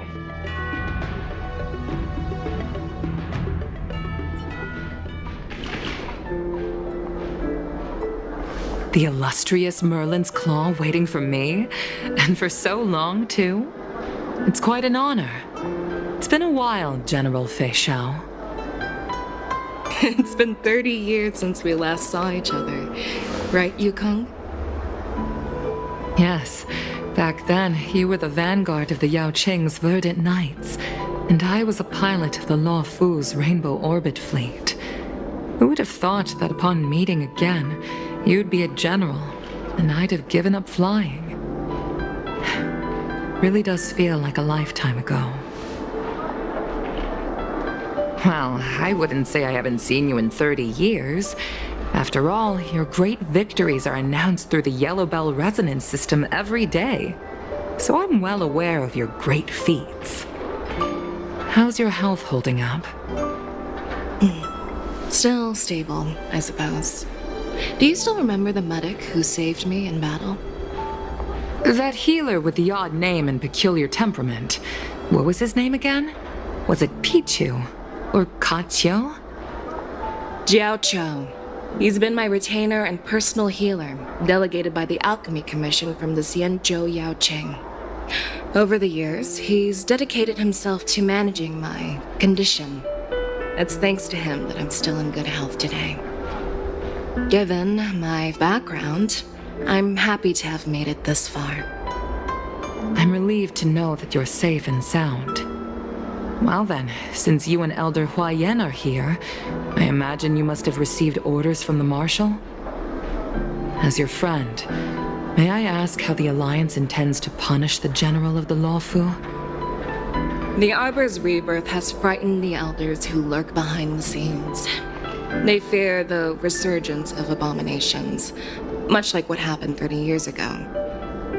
Although the report from the Lawfu explained all the details, we don't know if the Ruin Legion really invaded, or how exactly the Stellaron Hunters and the Astral Express became involved. This puzzle has many missing pieces. As you know, the fugitive Jing Liu, who mysteriously disappeared many years ago, has resurfaced. This time, she has brought along an Outworlder and a coffin, claiming to offer the Marshal a method to fight against the Eons. The Lawfu Preceptor has also leveled accusations against Jing Yuan for neglecting the Alliance's principles. She asserts that Jing Yuan enabled the exiled Imbibitor Lunae to re-enter the Lawfu, thereby unlocking the lunarescent depths within Scale Gorge Waterscape, which in turn disrupted the Vidyadhara's dutiful watch over the Ambrosial Arbor. It is for these reasons that I have come here to the Lawfu today. Well, duty calls. Perhaps I shouldn't have mentioned all of this to an uninvolved person, but since we once fought together, I didn't want to keep you in the dark. Perhaps pretending you didn't hear any of this would be for the best. I understand. I'm sorry. I was out of line. I know I shouldn't be defending General Jing Yuan right now, but, well, you know how I am. The Lawfu has enjoyed centuries of stability since the end of the sedition of Imbibitor Lunae, much of which can be attributed to General Jing Yuan's masterful strategizing. Unfortunately, for a long-life species, enduring through the ages always culminates in a failure that undoes all previous achievements, a moment that our adversaries relish. That's true. And that's why I'm also here for another purpose. To visit Hule. Hule? You mean that Hule? The Borisin Warhead? The same Hule who has been imprisoned in the Shackling Prison for over 7 centuries? The nemesis of the Foxians who will never be forgiven and shall be imprisoned until the end of the cosmos. I can't quite remember the exact wording, but yes, the very same Hule. Usually, only emissaries from the Xianzhou Yaoqing Skyfaring Commission visit him once every century. Why do you have to visit him now, of all times? The Foxians and the Alliance made a pact to combat the abominations, aiming to achieve justice and free their kin. That werewolf monster is to be forever imprisoned in the dark recesses of the Shackling Prison, facing unending retribution. Given the situation on the Lawfu, those on the Yaoqing are concerned about Hule's imprisonment. I'm afraid that the routine visit every century is no longer sufficient to ease their concerns.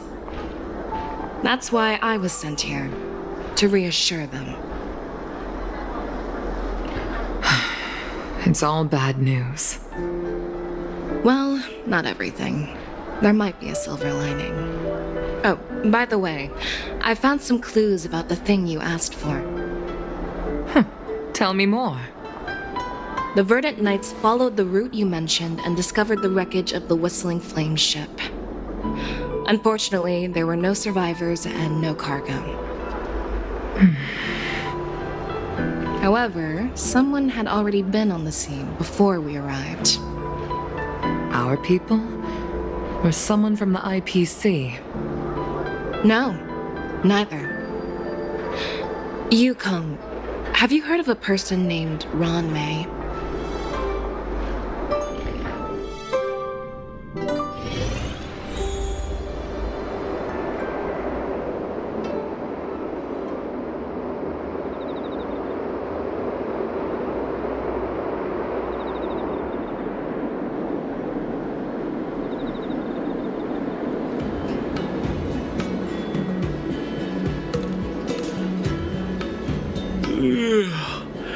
I'm still feeling sleepy.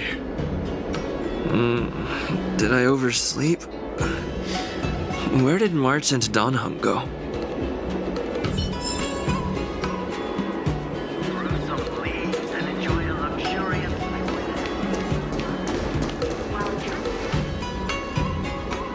There you are!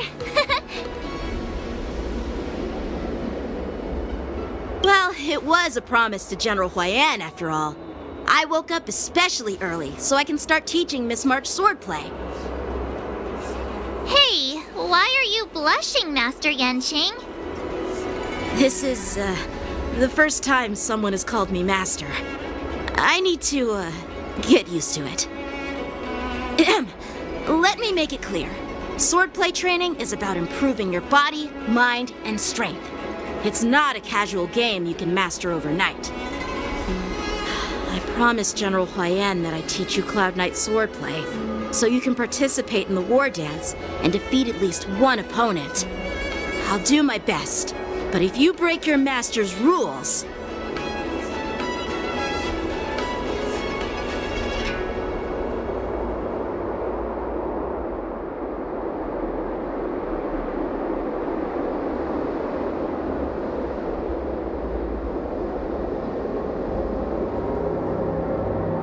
Is it too late for regrets? I'm already regretting my impulsive decision. Honestly, I'm not sure what I'll do either, because I've never been a teacher before. So, Miss March, please behave and don't skip classes. Or complain. You need to toughen up and train her properly, Master Yanqing. Don't go easy on her.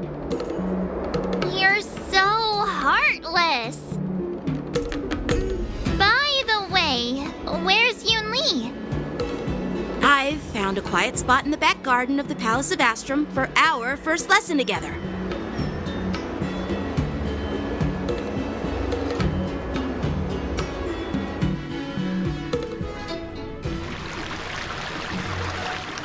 Seriously? It's the first day and you two are already late? Why is everyone on the Luofu so laid back? So disappointing. Master Yunli, you're already here. Sorry for keeping you waiting. Oh, wait. Were you trying to teach her in secret? That's sneaky. I'm just showing you what Luofu etiquette is all about. She might be my apprentice, but it's customary for the master to personally escort their apprentice to the place of learning. As the host, I'll be teaching Miss March the essence of Luofu swordplay, after which she'll emerge victorious in the war dance ring. You won't be complaining about Luofu swordplay then. Stand aside, rookie. Let me show you how we Zhu-Ming swordmasters treat their apprentices. Quickly, over here, Miss March. This is a reverse mentorship gift from me to you. I hope you put it to good use. What's this? Xianzhou clothing? It's so beautiful! Sword practice requires precise movements. This outfit is tailored to fit perfectly and allows for smooth movements. I even added some small accessories. I put a lot of thought into it. You're awesome, Master Yunli! See? See? How can you compete with me? I'll teach March 7th the essence of Zhu-Ming swordplay so she can win the contest with my sword skills. Actually, I've prepared something too. Huh? You have a gift for me too, Master Yanqing? Since you want to learn swordplay, Miss March, you'll need suitable weapons. So, I went out of my way to prepare a pair of swords overnight. Unfortunately, I didn't have time to ask the craftsman to customize the swords for you, but I did my best to choose ones that look nice and are suitable for a beginner. I hope you like them, Miss March. Thank you, Master Yanqing! Bet you didn't see that one coming, did you, Yunli? The real competition is just getting started.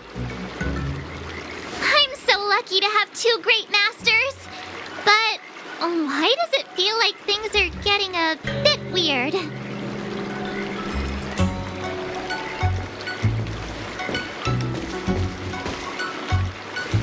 So what do you think, Masters? Does this outfit suit me? chose it carefully.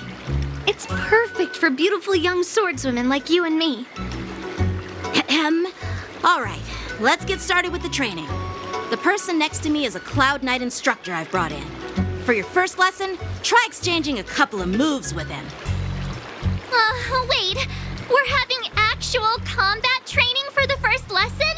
Isn't that a bit too intense? Well, I heard you have some experience with archery and martial arts. The first thing we're going to do is see just how strong your fundamentals are. Come on, step forward and strike with the sword in the most natural way you can think of.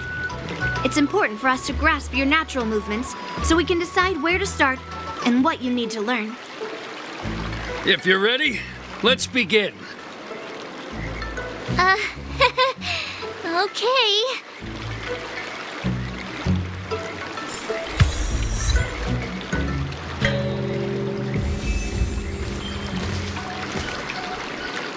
Are you ready? Yeah, I'm ready. But please go easy on me. Then I apologize in advance, Miss March.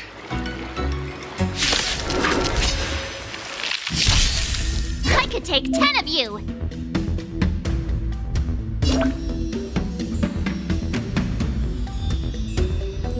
Please have some tea. Pay close attention, Miss March. Lawfu swordplay is all about being swift and agile in your movements.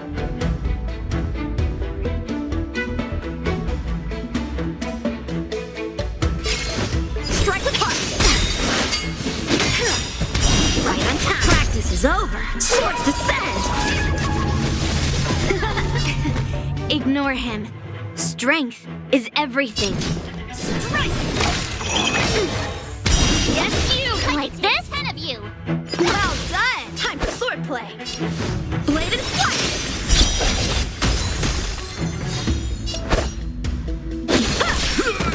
What are you made of? Ready to shine! Yeah! Oh, I get it! What?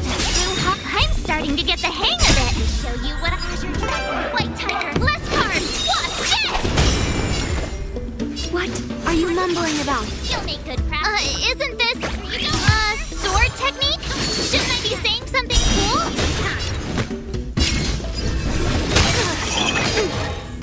Yes, you! Right on time. One-time enemy.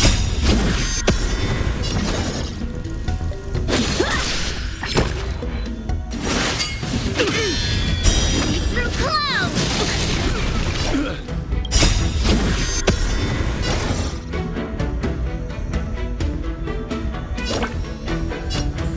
Nice job! Descend to earth! Melt! I could take 10 of you! Those swords descend!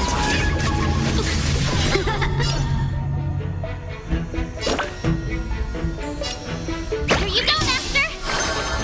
Bring mountains! Yes, you!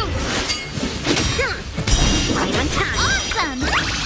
Ready to shine! Alright, check out this move! Time to show you what Azure Dragon, White Tiger, less cards! What's this?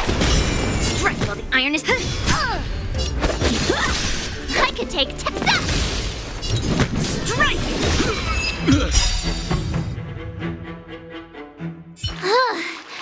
I didn't expect the first lesson to be so intense. Miss March has quick hands and a flexible body. She's a perfect fit for practicing Lawfu swordplay. However, she lacks strength, and her strikes were a bit unfocused. But don't worry, that's totally normal for beginners. Once she starts practicing Juming swordplay, she'll make heaps of progress. Given the situation, I believe Miss March should start by working on her Strength! Seriously, do you actually know anything about swordplay, or what? I could ask you the same thing. Dual swords require agility. So what's more important than footwork?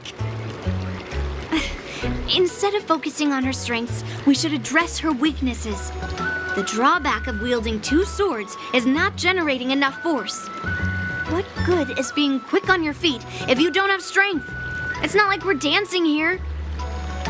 Skilled sword masters know how to play to their strengths and work on their weaknesses. Start with what you're good at, then tackle your weaknesses. That's the right way to learn. You're quite the theorist, huh? Theorist? You claim to be able to talk to swords. So what does that make you? A lunatic? Hey, it's only my first lesson, and you're already arguing. Come on, calm down, masters. I'll have to improve both my footwork and strength anyway, so it doesn't matter which one comes first. But it does matter. Just listen to me, March 7th. Aww.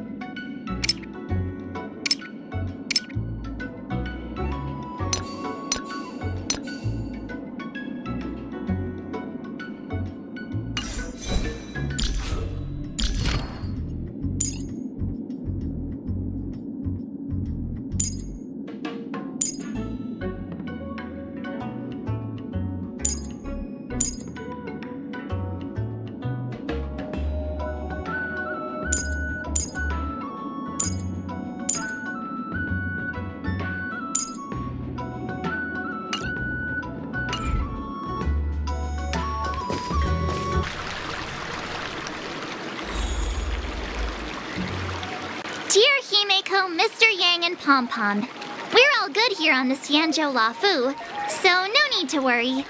By the way, how's your trip going? As for me, I've somehow become the apprentice to two Cloud Knight sword masters, and I've been honing my sword skills with their guidance. One of them is Yanqing, the boy we've all met before.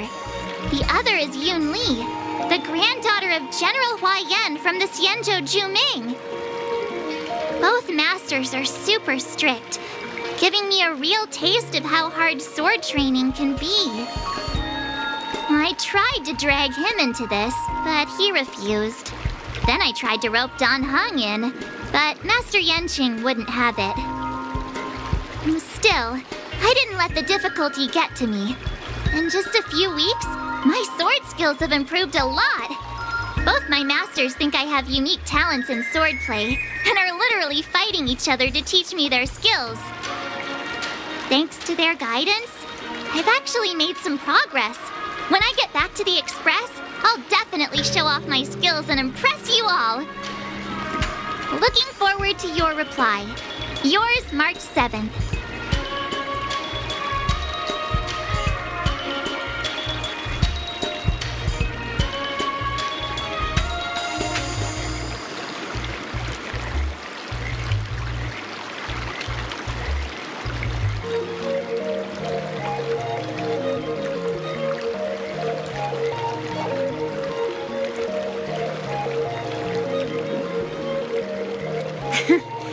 Well done!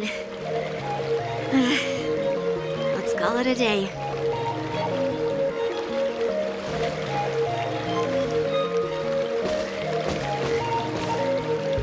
Miss March's sword skills are really coming along. She'll hold her own just fine in the war dance.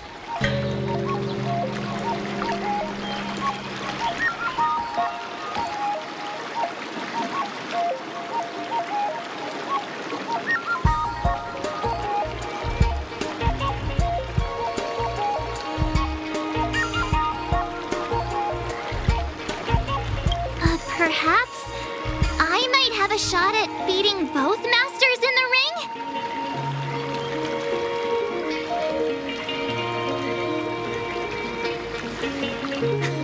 Get real.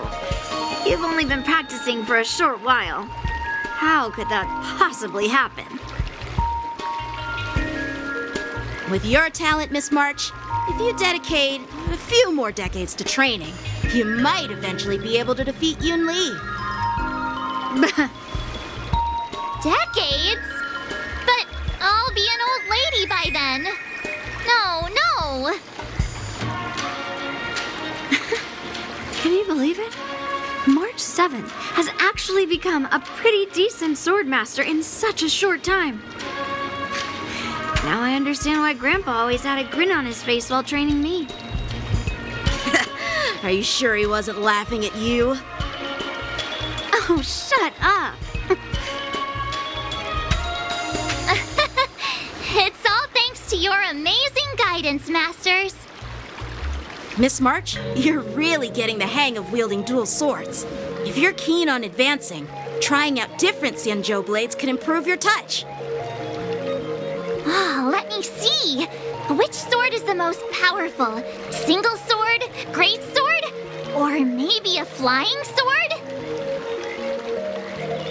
There's no such thing as the most powerful sword. It's all about the skill of the swordmaster. Yanqing wields several flying swords, while I only wield one.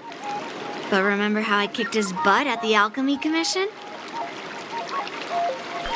First, you didn't kick my butt. Second, you'll never kick my butt. Third, how about we settle this right now and see who kicks whose butt? Yeah, I'm up for that. And if I kick your butt, you'll drop out of the war dance. Deal? Why are you two arguing again? I thought things had been improving between you lately. There was talk that the leading disciples of the Luofu and Zhuming generals were supposed to face off in the war dance, but for some reason, they suddenly teamed up to train an apprentice of their own. Turns out the rumors are true.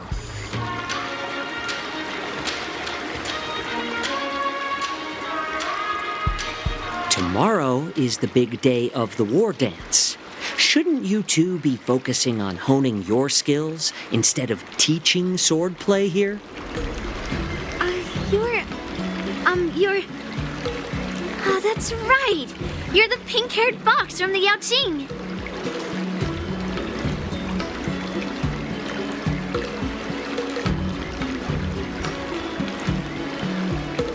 This is Mr. Jiaoqiu, the healer working for the general of the Xianzhou Yaoqing. Ah, got it.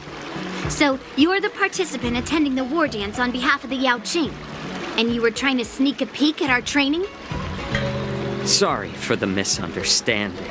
I don't know anything about martial arts. I'm just here on the general's orders to take care of some official business. I didn't mean to interrupt your training. I'll be on my way. If you know nothing about martial arts, why were you smirking earlier? Well, my curiosity got the better of me, I suppose. When I heard Miss March's pondering about what to learn, I couldn't help but wander over.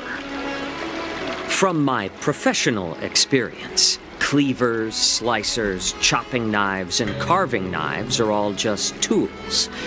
Kind of like frying, sautéing, boiling, and deep frying in cooking.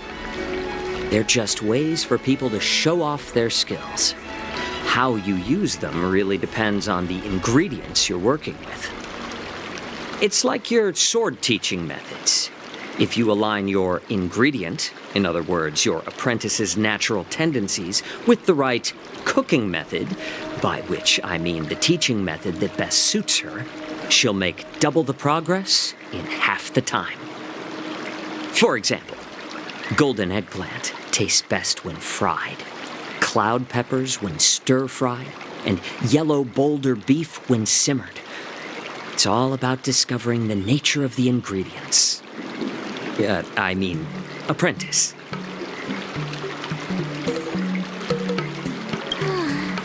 All this talk about food is making me hungry. Aren't you a healer? Why are you talking about food? Well, it's just a metaphor. The medicinal school I follow on the Xianzhou Yaoqing is called the Ranja School, that specializes in food therapy. So it's only natural that I know a thing or two about cooking. So, you're the General's cook? I'm a healer. But anyway, a cook who isn't interested in health doesn't make for a good advisor. Fine. Call me a cook if you want. Seeing the way you're looking at me, it's obvious you think I'm just some feeble academic who likes to blabber on about martial arts. But, in reality, I know a thing or two about killing. After all, the art of healing inherently encompasses both life and death. Why is this guy suddenly getting all serious with kids? Do you recognize this bottle of medicine in my hand? No. This is called tumble dust, an extract from an exotic flower named Yabra. Is it poison? Well, it depends on how it's used. With just one drop, it's able to numb a patient's body during surgery, making them painless throughout the entire process. However, increase the dose or the potency, and it'll slow the metabolism, making the blood thin and resulting in the loss of all senses. Even long-life species cannot escape its effects. This thing can save lives or take them. It's more powerful than the swords in your hands. That may be so, but still, I prefer settling things with a sword than, you know. Huh. Looks like I did get you all wrong. You're not a feeble scholar, but a sinister and despicable one. Hey, why the insults all of a sudden? I'm just sharing some medical knowledge here, not persuading you to poison anyone. Seems like you get real excited when talking about poison. I can't tell if that's an honorable thing or sinister. Picture this. 2 individuals. The one standing is full of malice. The other lying down is honorable and righteous. How can the one who's lying down label the one standing as sinister? In the throes of combat, where life and death hinge on a singular moment, every idea fades into nothingness. The only thing that matters is staying alive. Surviving the battlefield reshapes all notions of worth, be it integrity or treachery. In my eyes, their significance is negligible. Perhaps you've underestimated Yunli and me, Mr. Jiaoqiu. We may be young, but we've seen our fair share of war. Well, then you should know that the war dance is nothing more than a contest. So why are you so focused on it? When I was appointed as the ringmaster for the war dance, I asked the general, we Cloud Knights are supposed to charge into the fray and slay enemies. Why do we have to swing swords in a ring just to please an audience? And this is how the general replied. To unsheath your sword in a ring is no different than on the battlefield, as your sword reveals the might of all Cloud Knights. The war dance is the perfect chance to showcase martial virtue and forge alliances from all over the cosmos. When we unsheath the sword without drawing blood, we not only display our might, but also the martial virtue of the Cloud Knights. That's quite an insightful statement, Yanqing. Well, my apologies for being so short-sighted. I've been on the Luofu for quite some time, but I haven't had the chance to see the ceremony venue for myself yet. Hearing you speak so highly of it has piqued my curiosity. Would you mind showing me around? You want to see the Sky Splitter ship where the war dance will be held? Let's go! I bet Yun Li and Miss March haven't seen it either, right? Well then, I'll give you all a tour.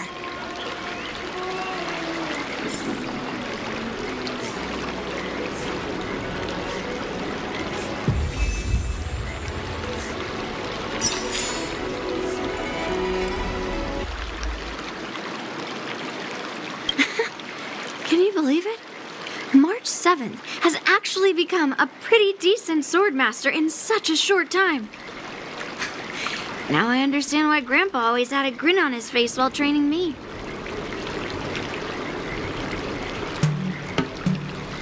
Let's go. I'll give you a tour of the Sky Splitter.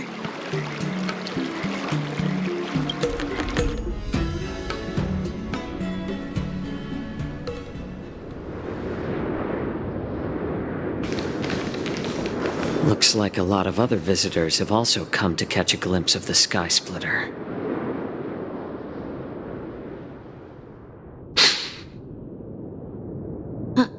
What's up, Mr. Jiao Cho?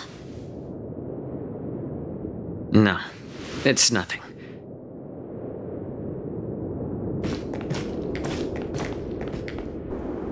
Do you see that airship in the distance? That's the Sky Splitter, the venue for the war dance ceremony. It doesn't look all that impressive from this distance.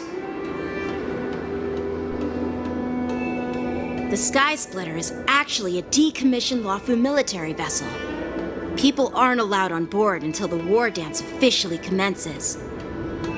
Tomorrow, when the bell rings and the ceremonial cannons roar, I'll be there representing the Cloud Knights of the Xianzhou Luofu, standing in the ring, ready to take on challengers from all over the cosmos. Since I was a kid, I've been training in swordplay and the art of war under the general. Every day, I'd swing my sword 10,000 times, and then thrust it 10,000 times, repeating the process over and over. I understand that I'm not like other kids. I never envied the toys and freedom they all had. I never found sword practice boring or hard. Even in the thick of battle, facing down savage abominations, I never felt scared. Each day, I could feel myself getting stronger and stronger, and I racked up countless victories. It's the best feeling in the world. But then, I faced a really tough opponent. And just one slash shattered my confidence into 1,000 pieces. That's when I felt true fear for the first time. Maybe that's what Mr. Jiao Cho meant by life and death hinge on a singular moment. Every idea fades into nothingness. After that, I had to pick up the pieces and try to put myself back together. But no matter how hard I tried, I couldn't seem to find my old happy self again. I often ask myself, why do I wield my sword? If defeat is inevitable, why do I continue to fight? Is it to reclaim the joy of victory? To meet the general's expectations? Or to secure my honor among the Cloud Knights? While the general could teach me the art of swordplay, he couldn't teach me why I should keep on going. He said the reason must come from within myself. I've been struggling to find that reason. But after talking with you, Mr. Jiao Cho, I think I already have that reason in mind. As a member of the Cloud Knights and the General's apprentice, I've had a weight on my shoulders. And I know there's still more to shoulder. But When I wield my sword, it feels like I'm letting go of everything. I love the feeling of giving it my all, facing any obstacle in front of me, pressing forward. That's why I wield my sword. Oh, Yanqing. So young, yet so grown up. By the way, how old are you exactly? Age doesn't really matter. All sword masters will understand how I feel. I get it. Looks like all the kids on the Luofu live tough lives. So, how about you, Miss Yunli? It's not polite to ask a girl her age, no matter which Xianzhou ship you're on. I'm not asking your age. I'm asking if you have a dream like Yanqing has. You don't talk like a cook. You sound more like a TV host or something. Need I repeat myself again? I'm a healer. Well, I don't have a dream like Yanqing does. The only reason I'm participating in the Ringmaster's Challenge is because I made a promise to my grandfather that I'd win the precious sword he's contributed to the war dance. Sounds like that mind of yours is just filled with swords. I bet you've got nothing better on your mind. My father was a craftsman on the Xianzhou Juming. Because of his foolishness, many innocent people fell victim to the cursed swords he forged. Since I was a kid, it's been clear to me that not everyone deserves to have a weapon in their hands. Giving them a sword is no different than being cruel to the innocent. So, whenever I come across someone unworthy of a sword, I can't help but want to take it away from them. Given that Yanqing is the war dance ringmaster, I'm stepping up to challenge him. To ensure the precious sword doesn't fall into the hands of an unworthy master. Hey, what do you mean by an unworthy master? I see. It's not easy for kids on the Juming either. Well, it's better to have a reason for wielding a sword than to be lost and confused. I've saved countless Cloud Knights in my life, and there are plenty of exceptional warriors, just like the two of you. What happened, Mr. Zhao Cho? Oh, nothing. I was just reminded of some old friends and old tales. Judging from my professional perspective as a healer, both of you possess remarkable vitality. Your energies flow like raging fires and mighty gales. The upcoming fight will definitely be impressive. Well, we've seen the Sky Splitter and toured the Stargazer Navalia. I guess it's time to say goodbye for now. What? You're leaving already? But you haven't asked me about my dreams. I've been working hard too, you know. It's getting late, Miss March. Unlike you lot, I'm a grown-up bound by responsibilities and duties. The tasks entrusted to me by the General won't complete themselves. By the way, Yanqing, is it normal to have so many people wandering around in an automated area like the Stargazer Navalia? Actually, this is a restricted area. But since you're all guests, I made an exception, so you could take a look around. I understand. Well, I'll take my leave. I wish you both the best of luck in the ring tomorrow.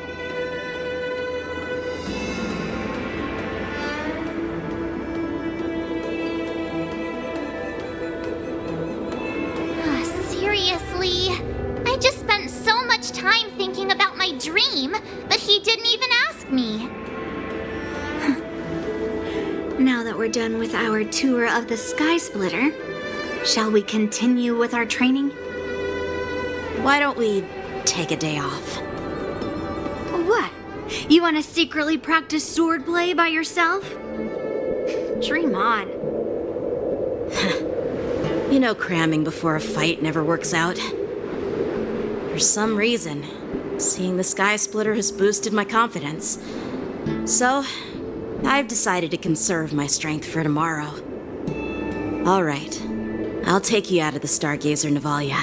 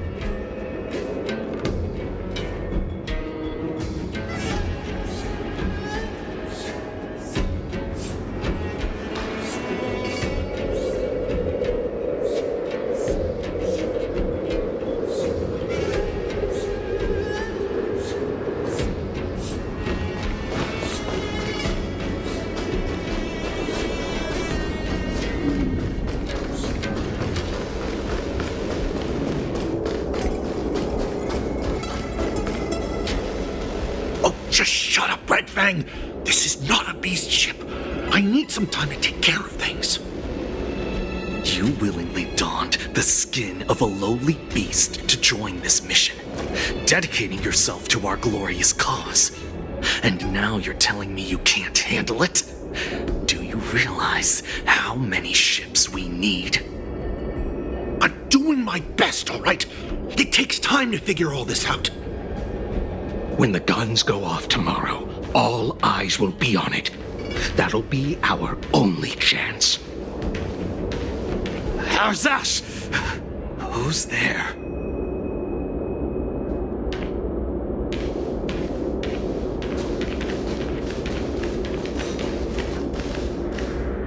Who are you guys? An impromptu inspection. Why are there outsiders loitering in Stargazer Navalia? And a bunch of kids at that. Hey, kids, didn't your parents ever tell you to stay away from the Stargazer Navalia? I know it's an automated facility, but it doesn't mean you can just break in and do what you want.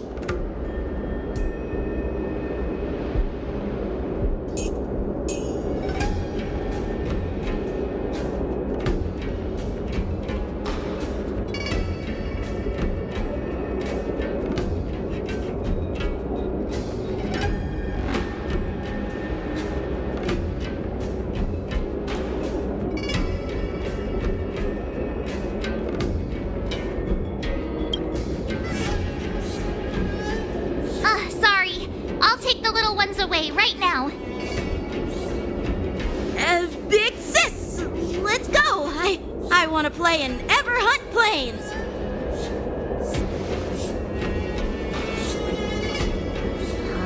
Everhunt Plains? Yeah, sure. The big sis will take you there.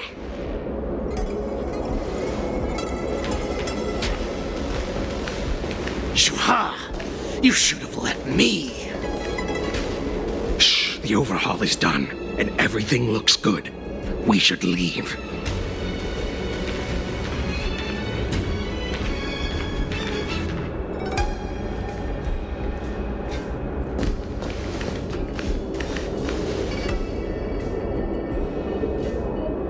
Could you repeat what you just said, Yenqing? What did I say? Big sis, let's go. I want to play in Everhunt Plains. Come on. Can't you read the room? Something is definitely off about the 3 people we just met. Yeah, anyone could see that. I just wanted to hear you say it again. That pink-haired fox tried to say something. I'm pretty sure he sensed something fishy. Since he's not familiar with this place, he just dropped us a hint. But you didn't seem to be paying attention at all. I knew that from the beginning.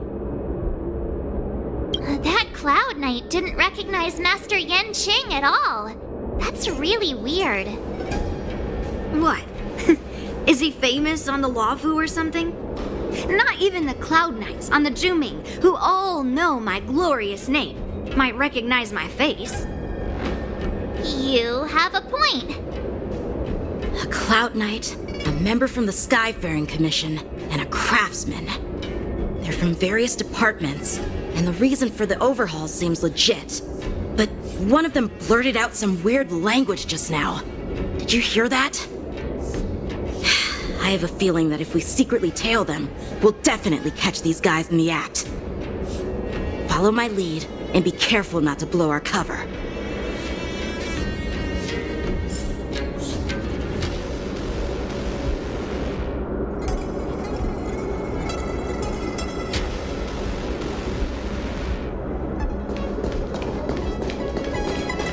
Never mind who they are. Let's just film them.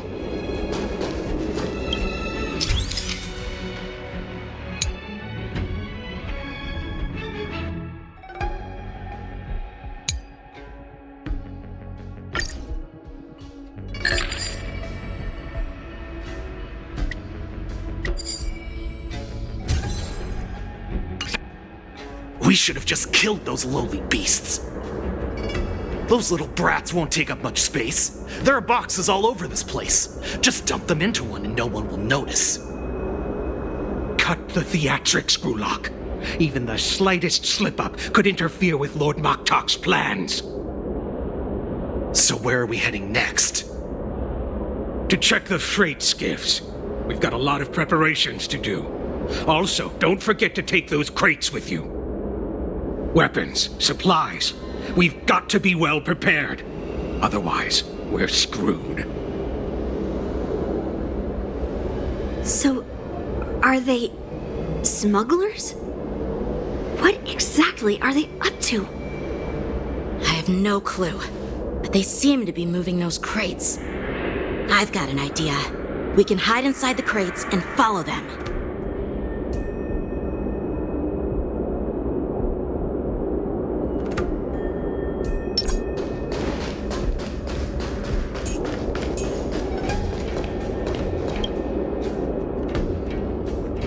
Ugh, so cramped in here.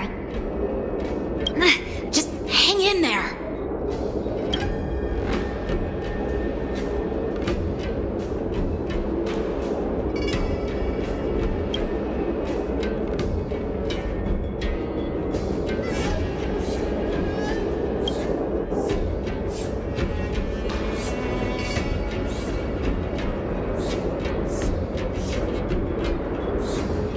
Let's just put the cargo here for now, all right?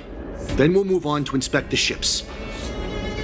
Lord Moktok said that as soon as we're done, we're to board the freight skiff and leave this place.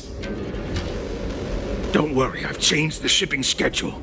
You two, come with me. Is it just me?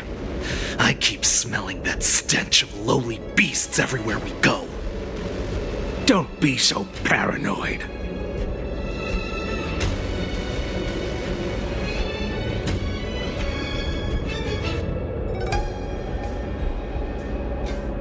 Looks like they're planning to escape on the skiffs in Stargazer Navalia. They keep talking about their plans, but where do they come from? And what do they want to do on the Xianzhou? They're definitely up to something bad. Wait, they disappeared. Let's catch up to them.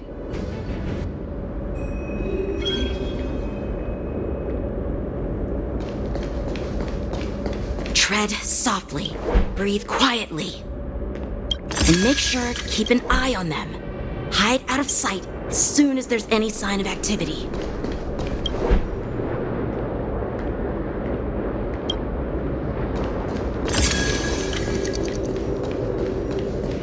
Watch out! They're on high alert!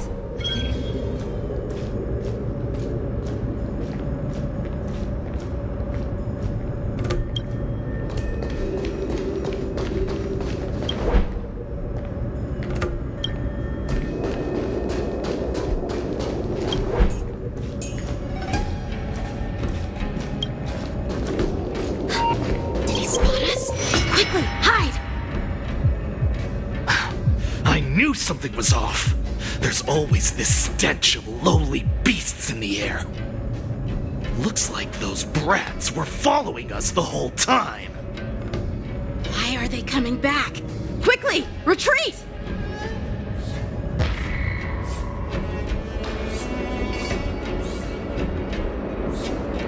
Looks like they're planning to escape on the skiffs in Stargazer Navalia. They keep talking about their plans, but where do they come from? And what do they want to do on the Xianzhou?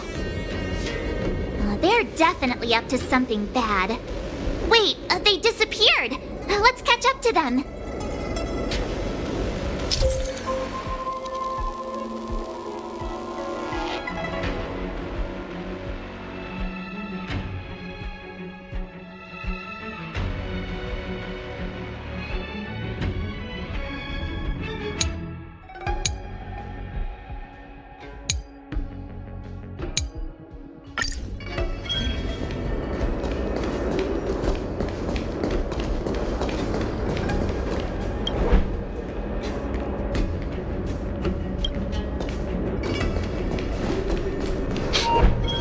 Something doesn't smell right. There's a weird scent. I knew something was off. There's always this stench of lowly beasts in the air. Looks like those brats were following us the whole time. Why are they coming back? Quickly, retreat!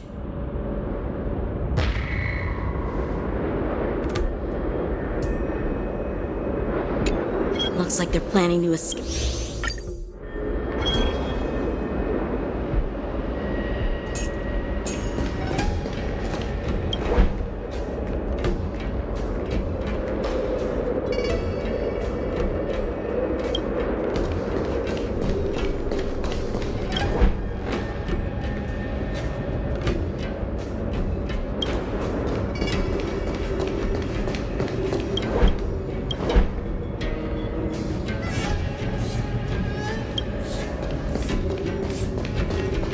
Watch out! They're on high alert!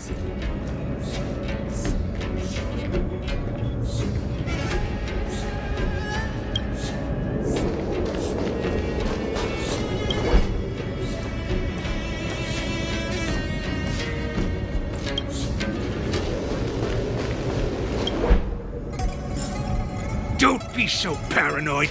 We're running out of time. Get over here! Shuhard, I'm coming!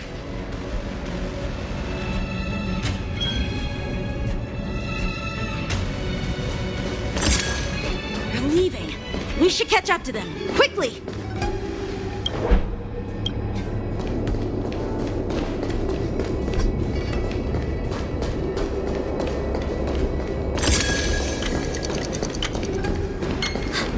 Did he spot us? Quickly, hide!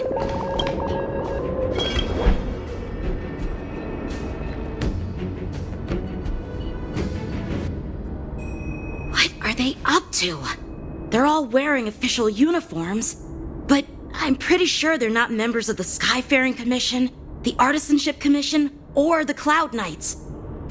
This is way too suspicious.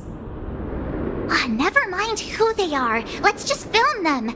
That way, if they do anything bad, we'll have solid evidence against them.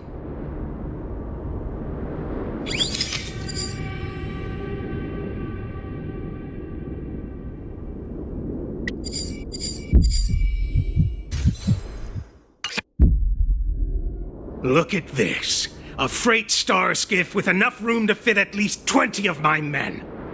I'll let the others know and have them prepare more star skiffs. Once we're past the checkpoint, there will be beast ships waiting for us. Lord Moktok is ready. The revival of our ancient bloodline all hinges on this operation. What did he just say? Beast ships?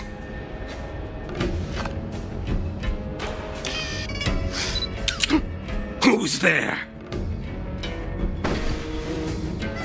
It's those brats! I told you to get rid of them, but you didn't listen, you idiot! wipe them all out!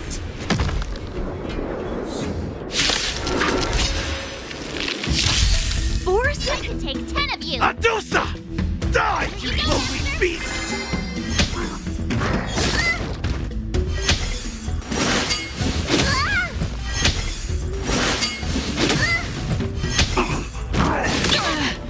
Destined for oblivion. Beneath the waters lies an endless abyss. I weep for the departed. It too shall fall.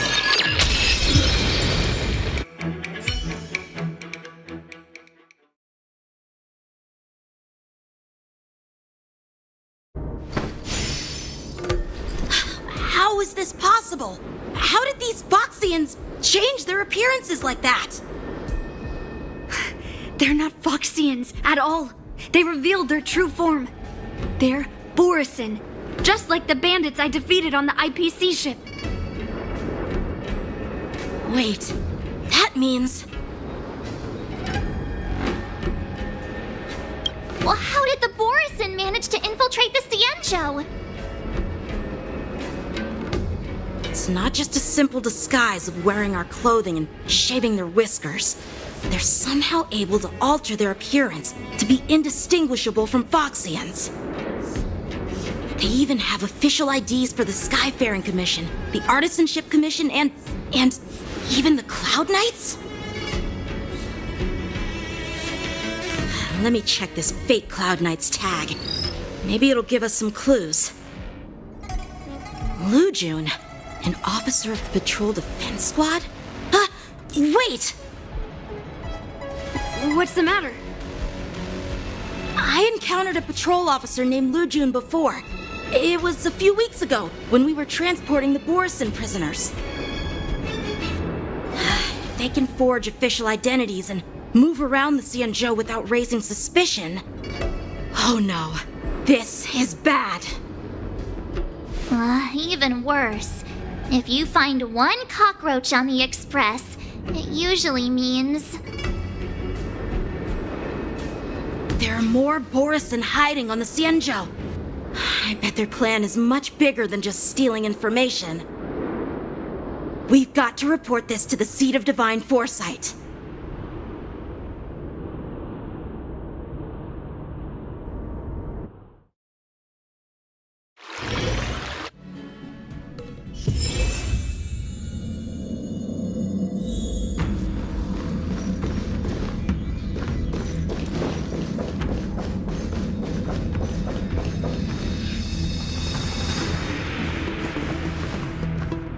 I am glad to finally meet you in person, guests from the Astral Express. I'm Fei Xiao, the General of the Cienjo Yao Cheng. Let me introduce our guest to you. The one dressed in green. He's the reincarnation of Imbibitor Lune, and the person behind him is the newest member of the crew. I've heard a lot about you. Outside the reports from the Law Fu, the Skyfaring Commission of the Yaoqing has also gathered plenty of information about both of you. I've been eager to meet you face to face for reasons that I'm sure General Jing Yuan has explained, right?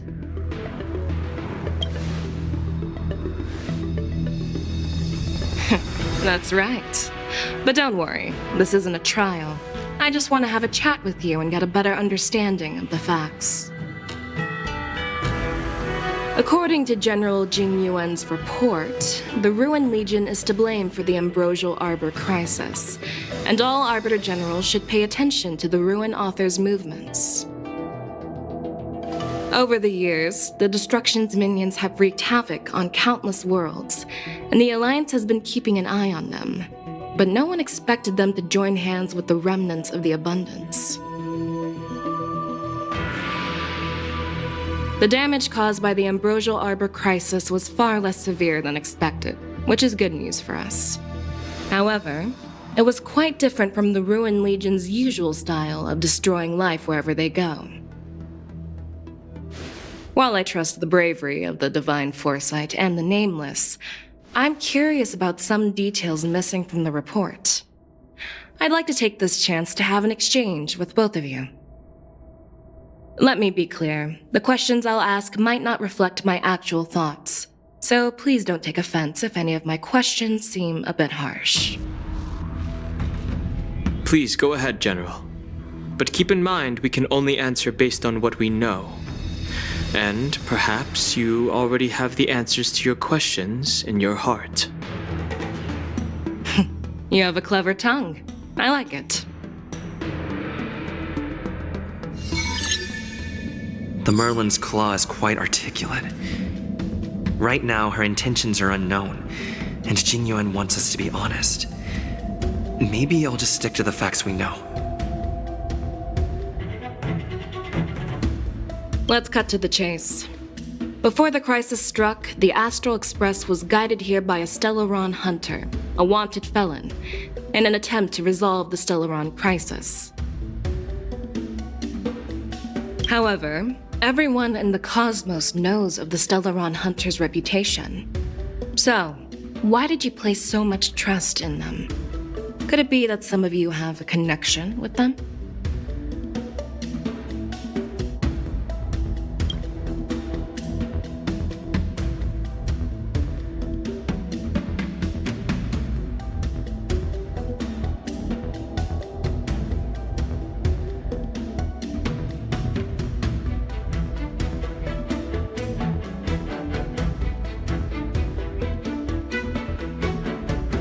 Rumor has it that Elio, the leader of the Stellaron Hunters, possesses the power to see into the future.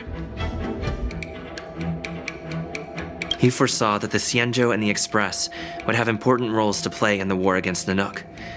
That's why we were lured here to the Luofu, to deal with the Stellaron crisis and fulfill the prophecy. General Jingyuan believes in this prophecy too, as mentioned in the report. I'm curious why you didn't question it at all. Could it be because one of the Stellaron hunters is actually an old acquaintance of General Jingyuan? Please be cautious with your words, Merlin's Claw. Let's avoid sowing doubt among our comrades. That Stellaron hunter used to be my disciple. So are you putting my loyalty in question too? I'm simply bringing up the doubts about General Jingyuan that exist within the Alliance. Since I'm representing them, perhaps you can just imagine me as one of those old geezers.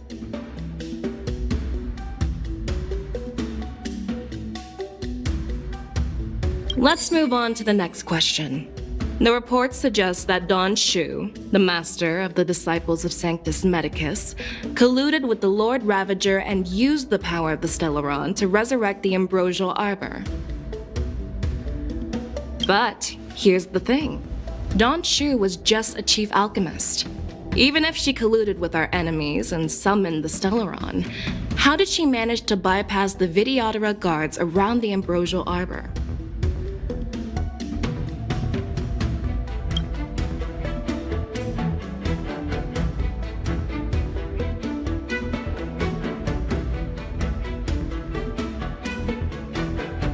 The Luofu hadn't exiled Danheng, leaving the Videodora with no leader.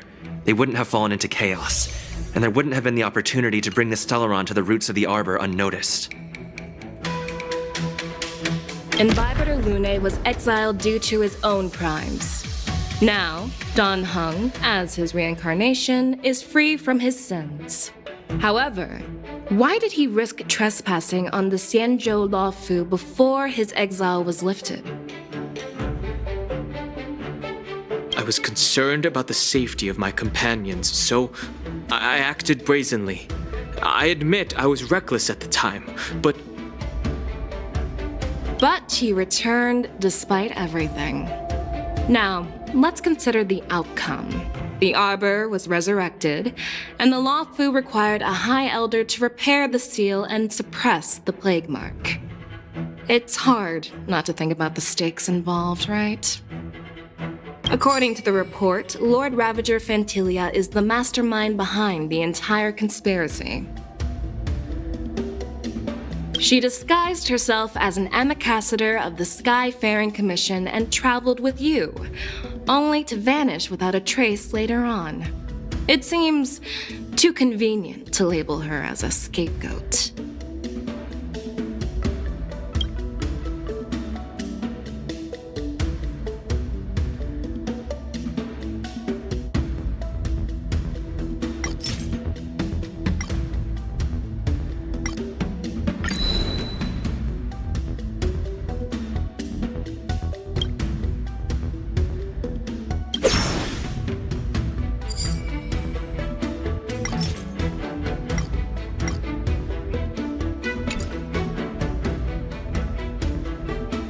I'm not sure how to answer that question. The Lord Ravager is a master at manipulating situations and sowing discord among her enemies. General Fei Xiao, given your suspicions of the internal affairs on Luo Fu, I wouldn't be surprised if... So, I'm not even allowed to ask questions? Asking questions is considered sowing discord now? Well, that's convenient for you. Just like Fentilia vanishing without a trace.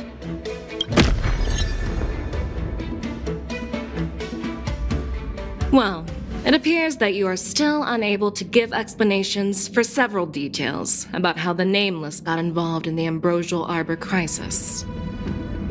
Generals, I am finished with my questioning. So, what do you think, General Fei Xiao? Have the doubts in the report been cleared up? The two Nameless have been honest in their answers. Even though there are some tricky details, my intuition tells me there is nothing wrong. However, the 3 questions I posed earlier were not just for the Nameless, but for you too, General Jing Yuan. First, the disciples of Sanctus Medicus grew uninterrupted on the Luo Fu, yet the 6 charioteers were not aware of it. That was a dereliction of duty. Second, you believed in the Stellaron Hunter's prophecy and entrusted outsiders to solve the crisis, even granting them access to the Plague Mark. That was a dereliction of responsibility. Third, you insist on holding the war dance right after the Ambrosial Arbor crisis, putting the Luo Fu back in the spotlight. That is a dereliction of wisdom. Merlin's Claw. Is this your line of thinking, or the 10 Lords?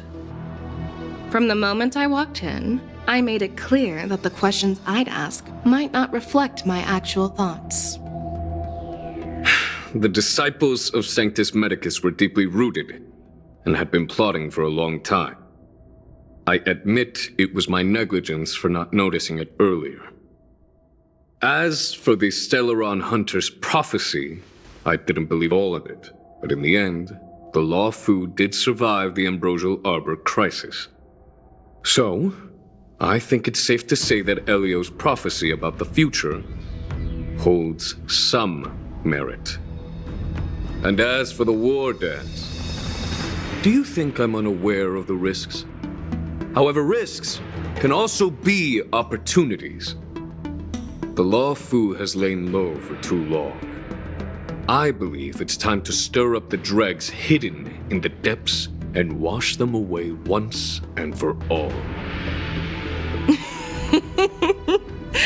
Just as I expected from our sophisticated divine foresight. You have a way with words. I like it. But, unfortunately, ever since the report was submitted, the Alliance has been filled with rumors and speculation. Even within the Luo Fu, there are people accusing you of neglecting your duties, resulting in the Ambrosial Arbor's resurrection. So what are your thoughts on all of this, General Fei Xiao? As a fellow Arbiter General, I fully understand the difficulties of this position. Personally, I think all these rumors are meaningless drivel. Across the sea of stars, the divine foresight knows better than anyone else what happened on the Luo Fu and the meaning behind it.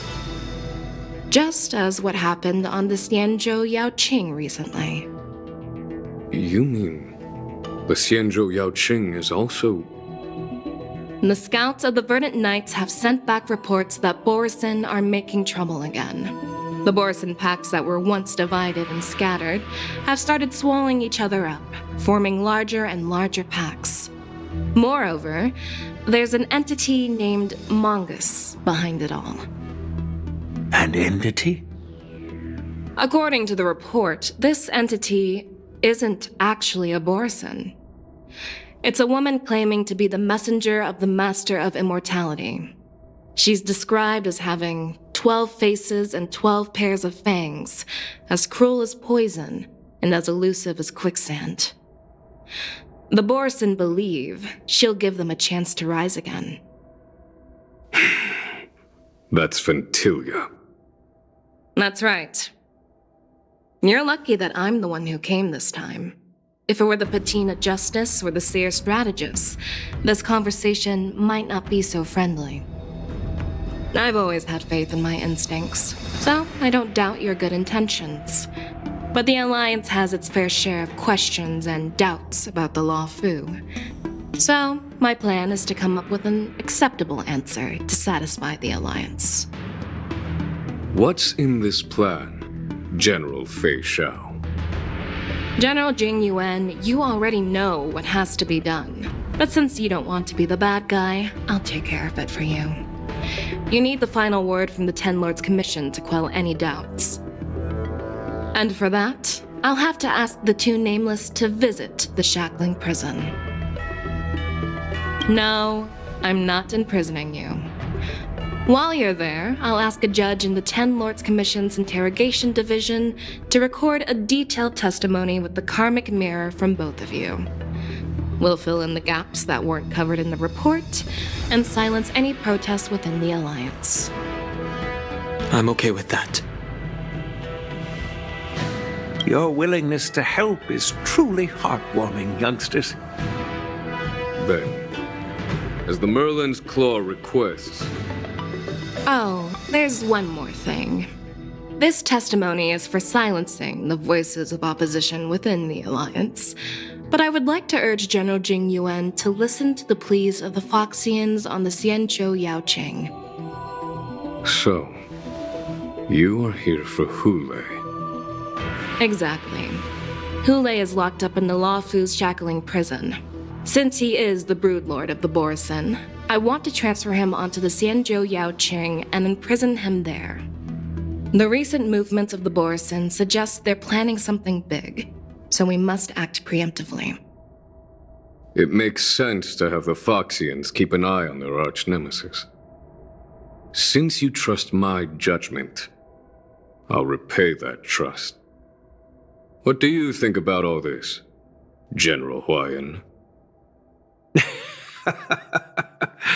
I was worried this would turn into a heated argument, but it seems like both of you are on the same page, solving each other's problems.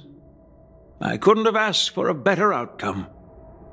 And as for Hule, I'll send my Lieutenant Zhao Chou and Moza to check on his condition in prison and ready him for transport. If there are no more questions, shall we get this started?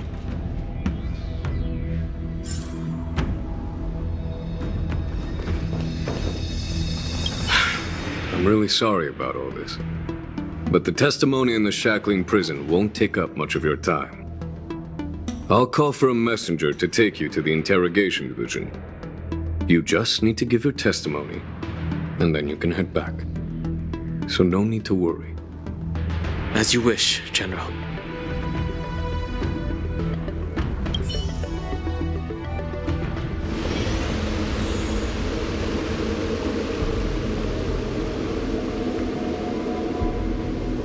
As General Jing Yuan requested, everything is prepared for your arrival, and I am here to receive you. The judges at the Interrogation Division also know your purpose in coming.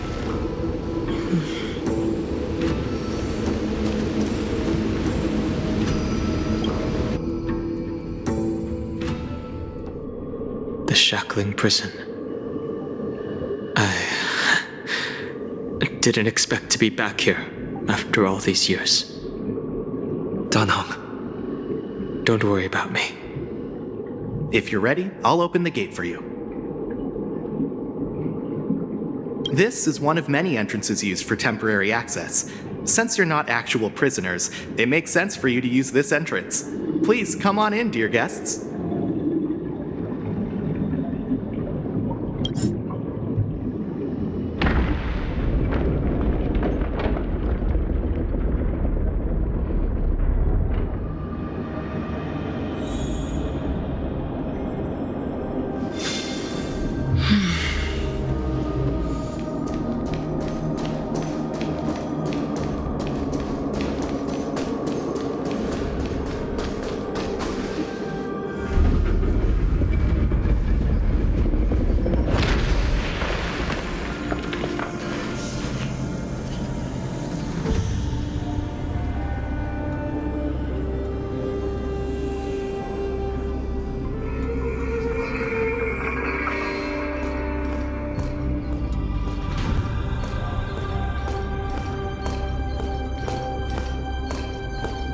What are you looking at? The shackling prison on the Luofu is completely different from the one on the Yaoqing.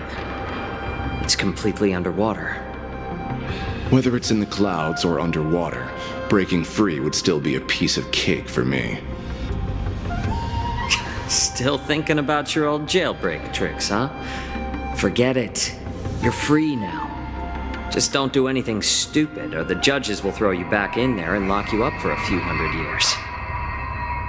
You'll see me again in just a few days. Taking Hule back to the Yaoqing means a lot to the Foxians on the ship, and to the General herself. So stay alert.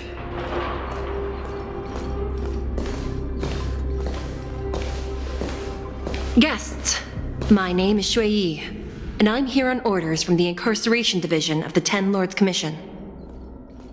We're Jiao Chou and Moza.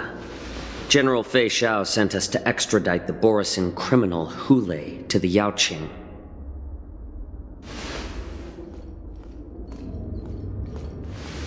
We're here to inspect the conditions of his imprisonment and make preparations for the handover and transportation.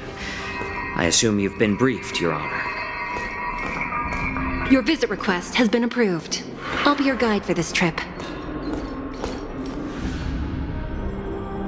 Prisoner Hule, the warhead and brood lord of the Borisin abominations of abundance and the arch-nemesis of the Foxians, is responsible for 2,123 wars of aggression and countless associated crimes. Due to his heinous acts, he has been imprisoned in the depths of the shackling prison and subjected to the punishment of the Forest of Swords until the end of time. He shall never be pardoned. No need to repeat his crimes and sentence, Your Honor. He is the greatest enemy of us Foxians. The stories of his atrocities are used to terrify our children. I'm well aware of every crime he's committed. Let's move on to the next step. When it comes to visiting criminals, there are rules in place to ensure your safety. I know you've heard legends about Hule since you were children, but your knowledge about him is likely very limited. Only the judges of the Ten Lords Commission truly know what kind of abomination is locked up at the bottom of the shackling prison. It has been centuries since Jing Liu, the former sword champion of the Luofu, captured Hule. And during all those years, we never provided him with any food. Yet he somehow managed to stay alive. It defies all the documented physical characteristics of the Borisin. The Forest of Swords, forged by the Punishment Division, is a device of intense torment, used to execute sinful abominations. Most Borisin die within 3 days in the forest, but Hule is different. Every time the blades pierce him, his body instantly heals. Despite the brutal punishment, he somehow manages to survive. The complex rules are there because of his abnormal characteristics. Do you understand now? I apologize for any offense caused. Please continue, Your Honor. I've given you the instructions regarding Hule's visitation. Please make sure you read them carefully.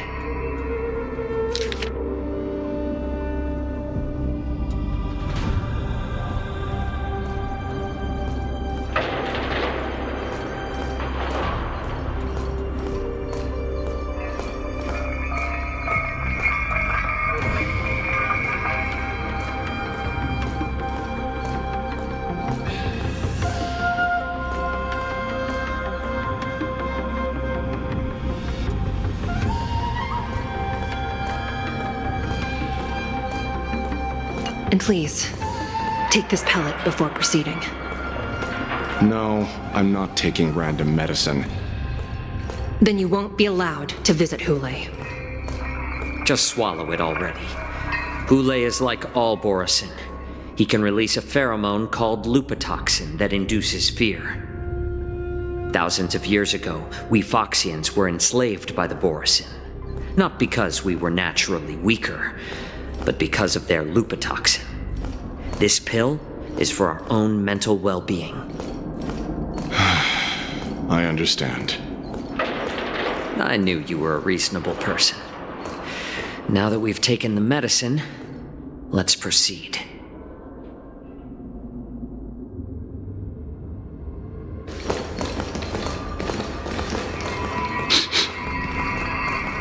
Your Honor. What is it?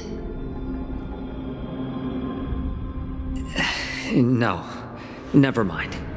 Maybe I'm just imagining things. Let's keep moving.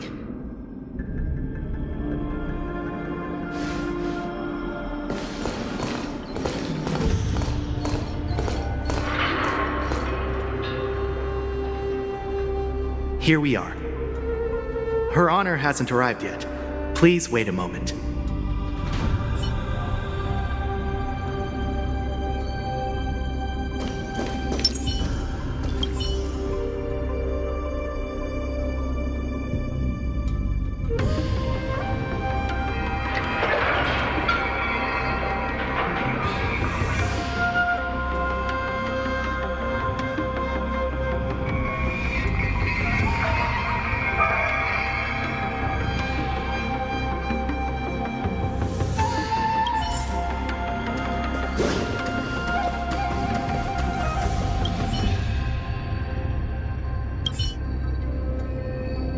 Welcome, dear guests from the Express.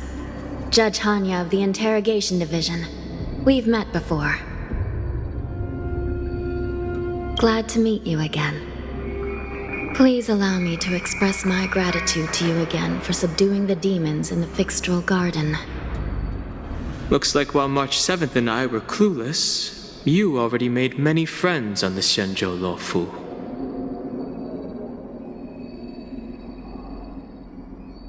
Even though you and I have met before, we can't show any favoritism under the 10 Lords.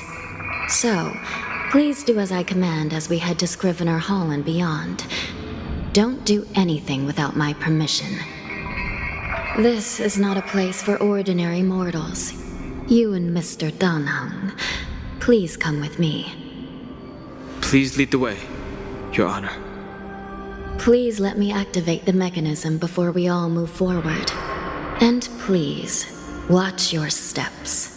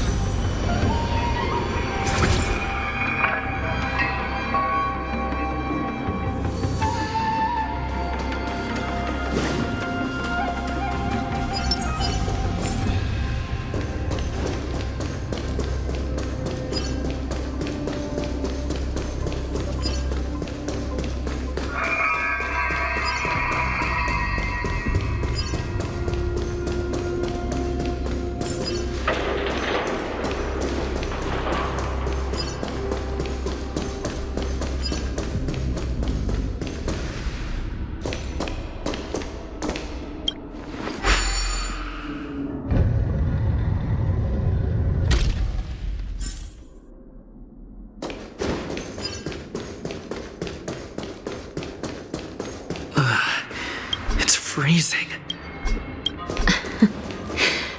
This place is filled with the cold air from the northern peak of the polar delta. Even the toughest long-life species would have a hard time enduring this.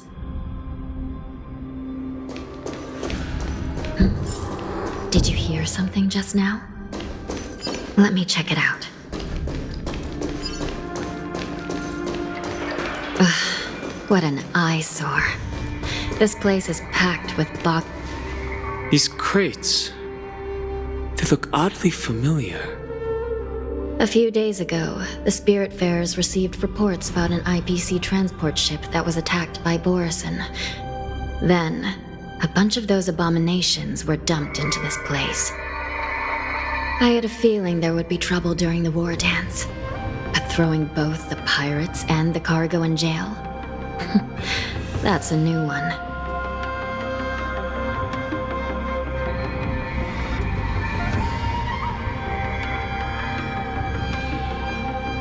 I heard the Intelligentsia Guild crafted something dangerous. We have many records in the Hall of Karma about these wise ones. They love to tinker with forbidden technologies, always trying to push the limits of ingenia. I caught a glimpse of the mechs in those crates, and they bear a striking resemblance to Borison. I wonder what they're planning this time. Well, business first. Let's keep moving.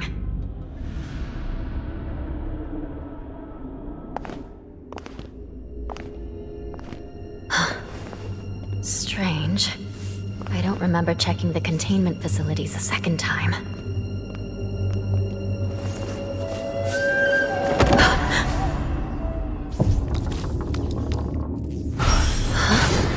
Watch out!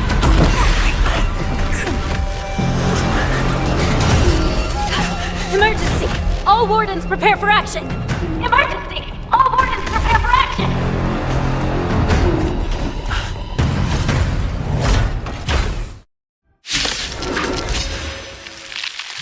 What's happening here? Why are these things moving on their own? Something is wrong. The guards aren't responding.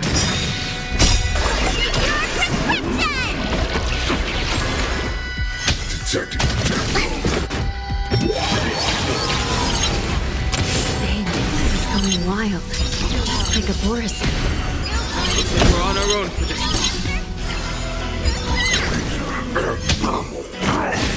Attribution will find you. Beneath the waters lies an endless abyss.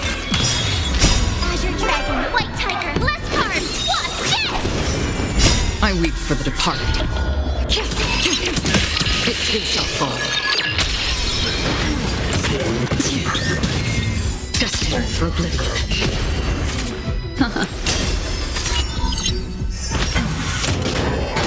Your manners. What's in your prescription?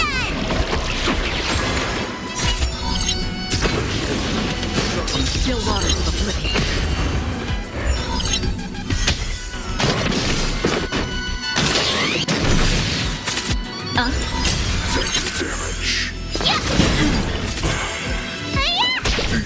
Destined for oblivion. I weep for the departed. It too shall fall.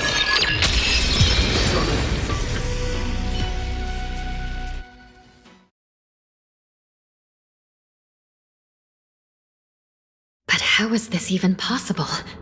The Spiritfarers follow the protocols, cutting off power to the mechs and sealing the crates. How could these mechs still start moving? It's just like what happened in the Artisanship Commission before. These goods went haywire and attacked everyone in sight. The Alchemy Commission members examined them and found some unusual structures within. These things showing up in the shackling prison can only mean one thing.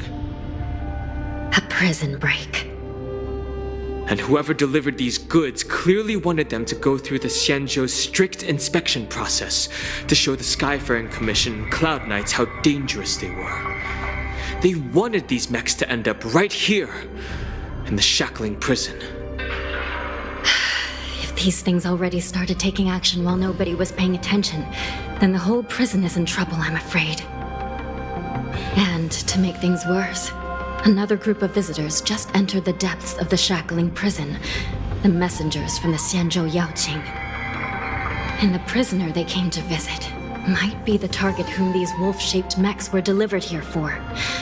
If that vicious beast manages to break free, it will be a catastrophe for the Xianzhou Luofu.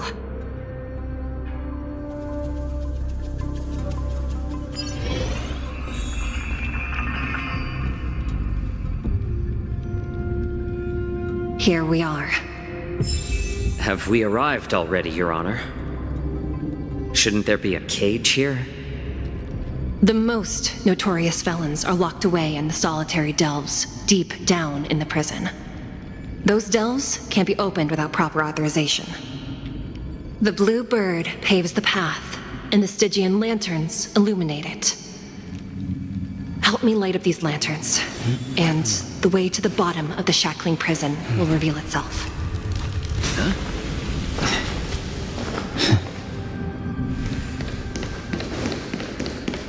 I've given you the diagrams for lighting the lanterns. Please take a look.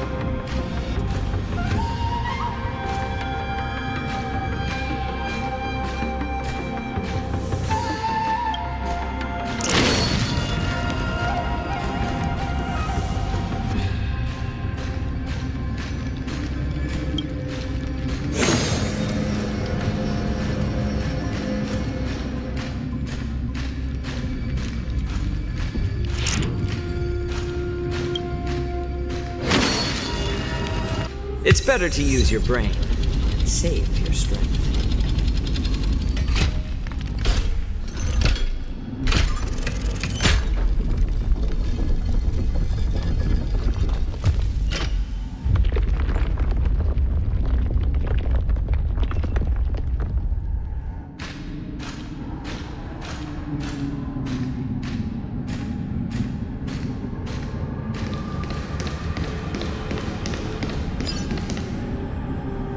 The path is open. Once we descend to the bottom of the prison, please do not do anything reckless.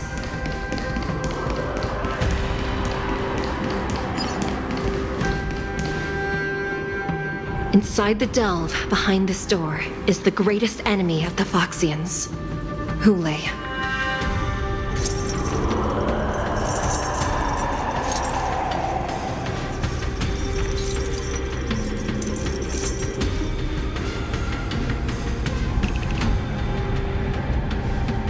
According to custom, envoys from the Yaoqing visit the Xianzhou Luofu once every century to check on this abomination's imprisonment and condition. Even though the Ten Lords Commission sentenced Hule to the Forest of Swords, suffering every day for the rest of his life, I understand that the Yaoqing messengers want to see him dead. Unfortunately, for the past 7 centuries, they've had to return disappointed, because this beast simply can't be killed. If we can use his toxin to create medicine and save an innocent life, it might help balance out some of the sins he's committed.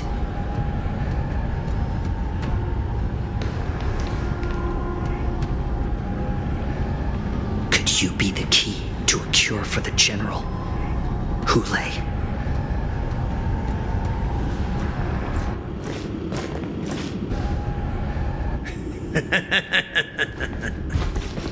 And once again, the envoys of the Yaoqing will leave disappointed. However, I won't say the same for me and my brothers. Who's there? I'm just a humble counselor of the Rhino Hound Pack. You can call me Mock Talk. Wardens, intruders on the lowest level! Send reinforcements! Nobody will hear you here, at the bottom of the shackling prison. Thank you for opening up the prison for us, Your Honor. We'll take it from here. No wonder I kept smelling that familiar stench. So it wasn't just my imagination. Do your thing, Morsa. We mustn't let these abominations get any closer! Detestable things. There are too many of them. Once we were inside the shackling prison, we found soldiers available everywhere. Beneath the waters lies an endless abyss.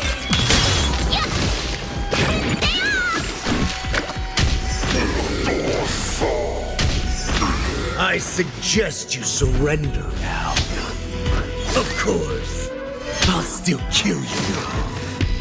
But I promise it'll be swift.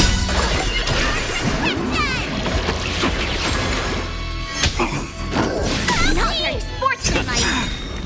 Since you're already here, why not have a meal before you? Ill fate descends. Nice job! Azure Dragon, White Tiger, less cards, wasp, yes!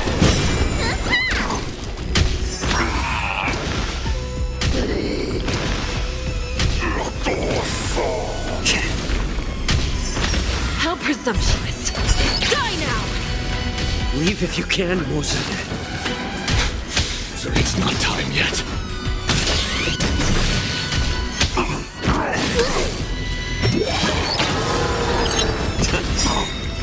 Since you're already here, why not have a meal before you? Ill tidings manifest. Beneath the waters lies an endless abyss. Detecting damage. Reason manners.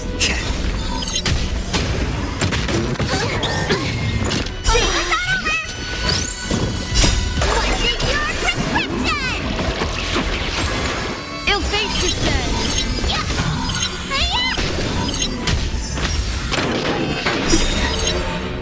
Azure Dragon, White Tiger, less cards, wasp, yes! Since you're already here, why not have a meal before you? Ill tidings manifest. Beneath the waters lies an endless abyss. Awesome!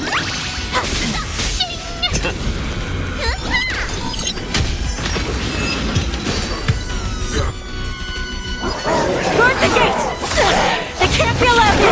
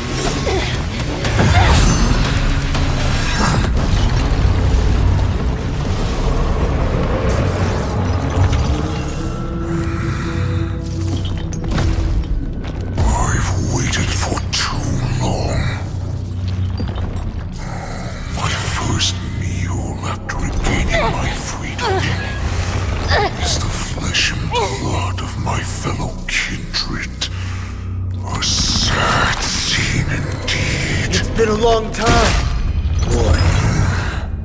Welcome back.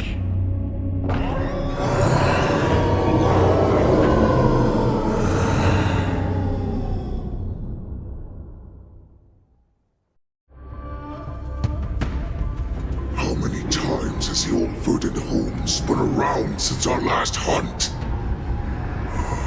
Duran's whelp, tell me your name. Oh, great Hule, nemesis of the Foxians and the hunter of all beings. I'm Mock Talk, a humble counselor of the Rhino Hound Pack. I am only one insignificant heir spawned from your bloodline. It's been at least 7 centuries since you led our pack through the hunting grounds of the stars. I'm thrilled to see that you are as cunning and skillful as ever. 7 centuries. 7 centuries have passed. But why have Duran's whelps grown to look like this? Tell me, Moktok, why have you grown to resemble our most despicable slaves and enemies, the Foxians? I've been commanded to release you from this cursed prison. It is Senjaya's will. That's why I had to take a magic pill, don the skin of a lowly beast, and play along with their hypocrisy. Since you have an escape plan, tell me, what's our next move to get off of this ridiculously large ship? My brothers and I will lock down this prison, trapping the prison guards inside. This will buy us some time. The rest of my crew, who are undercover like me, will secure the vessels for our escape. According to the plan, we only have a tight 2-hour window to get out of here. Originally, I intended to carry out the plan tomorrow, but they're planning to transfer you to the Xianzhou Yaoqing now. So I seized this opportunity to set you free. What a reckless plan, you idiot! Even if we manage to get the ships, our chances of escaping are slimmer than a Foxian slipping through my claws! But we have no other choice. The angel serving under the Master of Immortality sent me with a message. Only your return will end the prolonged divisions among the Borisin. Every one of my crew is ready to lay down their lives if it means setting you free.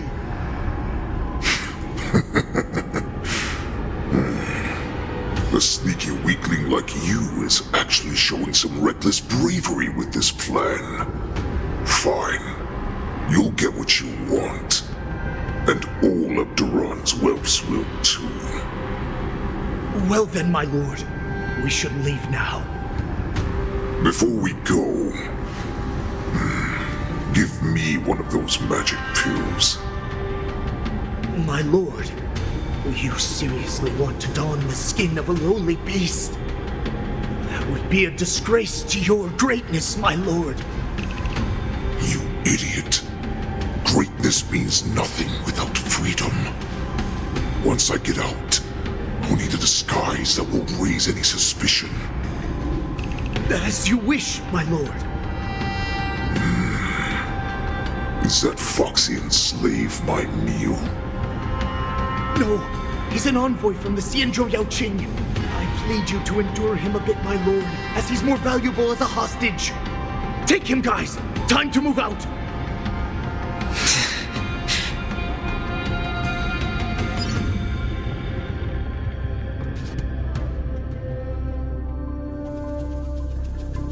Madam Hanya, the wardens in all areas are regrouping. Those Ingenium enemies are wandering around and causing heavy casualties. And to make things worse, those iron wolves broke open the cages and let the criminals out. We've called for backup, but it seems like all communication is jammed. Let's preserve our strength and first take down the isolated prisoners. By decree of the 10 Lords, all prison breakers and intruders shall be apprehended, dead or alive. Just a short time ago, the nether key mechanism was activated.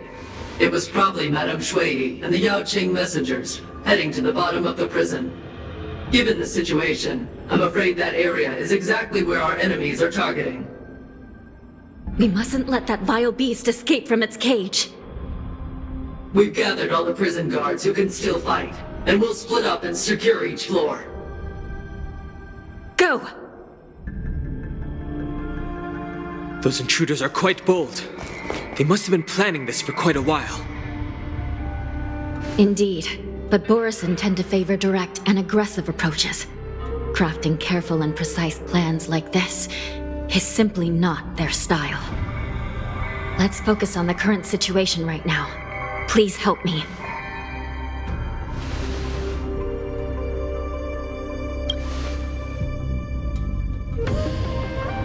What's the fastest way to the bottom of this prison, Miss Hanya? If we don't get there quickly, we'll soon be outnumbered by all the enemies inside. We'll have to bend the rules. Please, follow me. Prisoners must remain in place and obey the By decree of the Ten Lords, all prison breakers and intruders shall be apprehended, dead or alive. Yes, ma'am!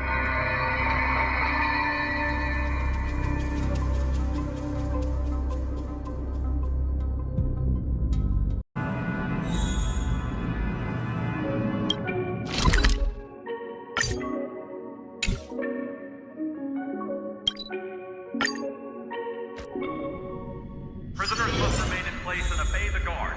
Those who fail to comply will face Hold your position here. serving as an example. Yes, ma'am.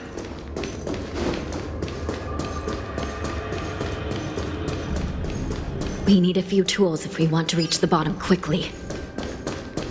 Follow me to the next floor. The path is cut off. Someone must have altered the mechanism. No matter. It'll just require a bit more work to get through.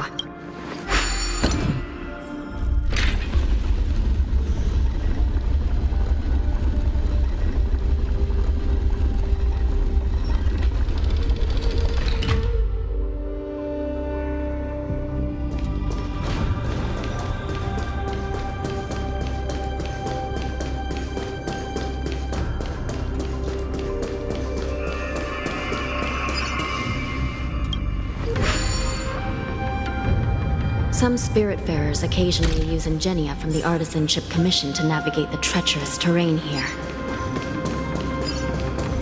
Normally, using devices like the shifting screen is strictly forbidden, as they could help prisoners escape. But, given the urgency of the situation, let's just ignore the usual regulations.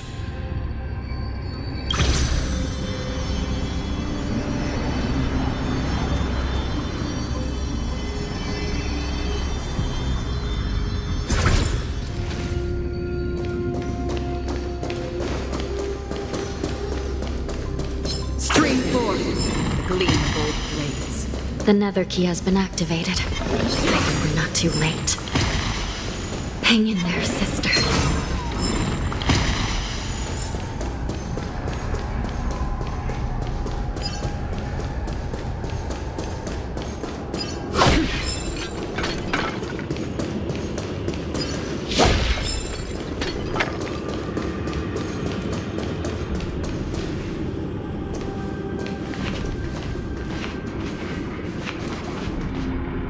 Looks like there was a fierce battle here not long ago.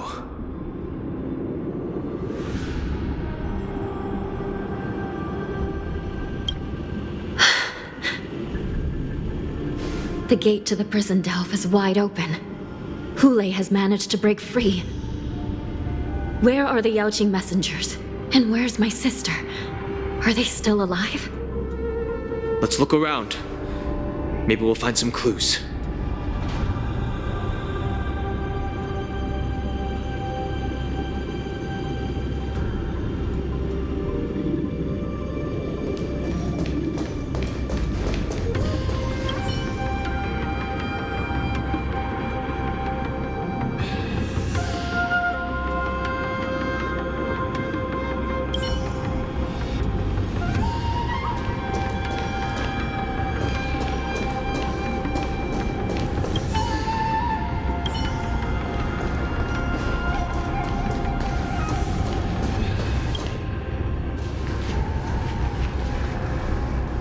Xue is here.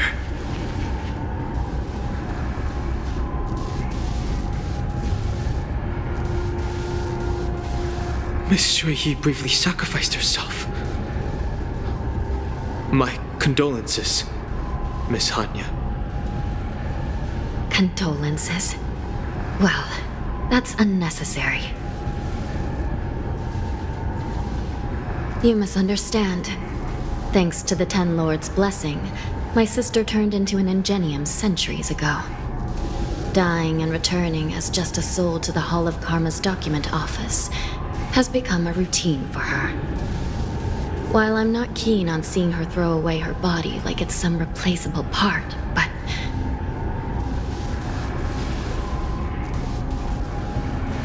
By the way, have you seen bodies that might be the Yaoqing messengers?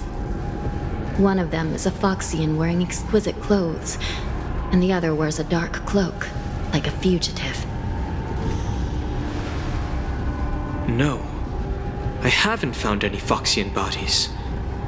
Only Borisin ones. So, the intruders and Hule are holding the Yaoqing messengers hostage. This is the worst situation. With hostages in their grasp, the prison guards can't do anything about the prisoners.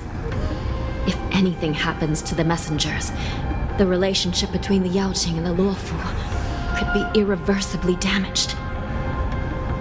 We must rescue the messengers, get out of here, and spread the news. We mustn't give up as long as there's a glimmer of hope.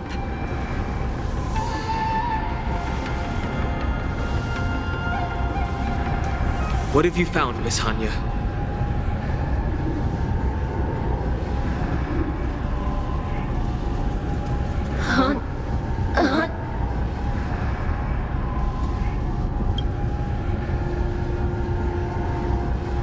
Reconstruct. It's my sister. Looks like her soul hasn't returned to the Hall of Karma yet. At such a critical moment, her death can give us information that we can turn into an advantage.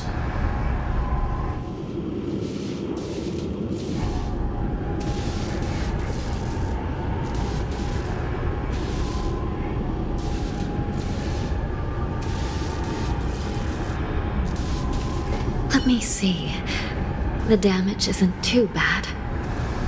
If I can fix it up, my sister will have a temporary body.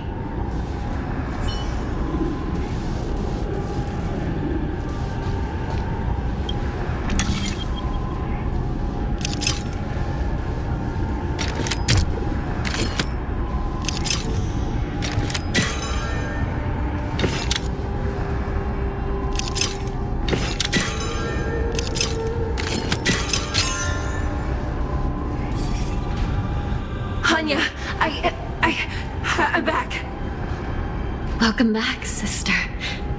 I don't know what kind of expression I should have at a time like this. Happy? Tears of joy? Forget it.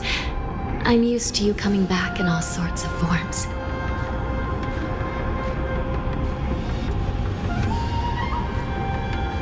It's just a temporary solution. This side crane can't hold all of me. Sister, what did you see when you were killed? One of the Yaoqing messengers escaped, and the other one was taken hostage and brought upwards? Besides the Borisin, there were other intruders. Invisible. Invisible intruders? What does that even mean? How many conspiracies are tangled up in this mess?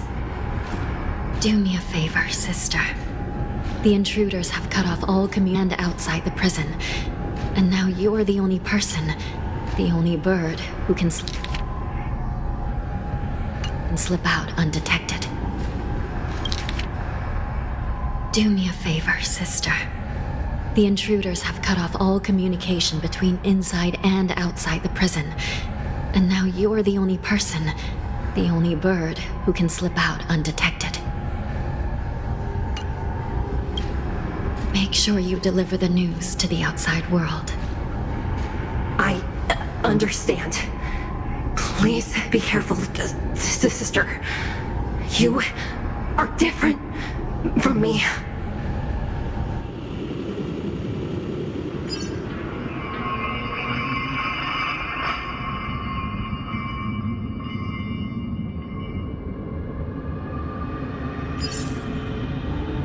Time is running out, Miss Hanya. If we keep delaying, those Borisin will escape from the prison. All right. If we happen to come across that Yaoqing messenger who got away, No. Stopping Hule should probably be our top priority.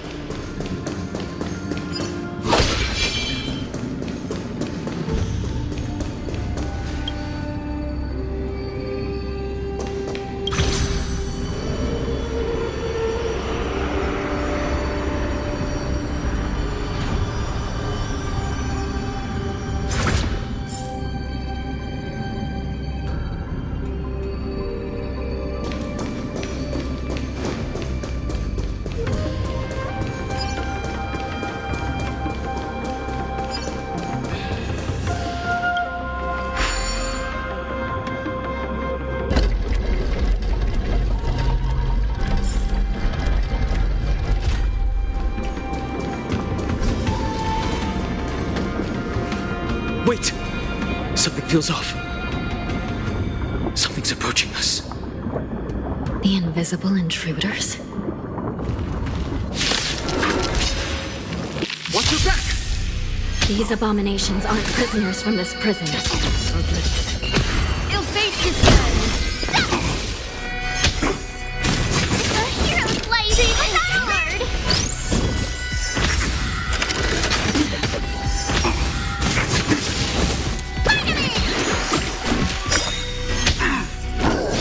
Retribution still waters of oblivion. I weep for the departed. It too shall fall.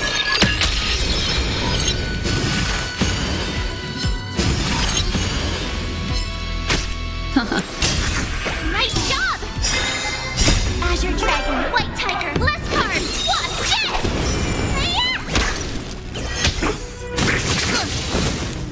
What's in your prescription?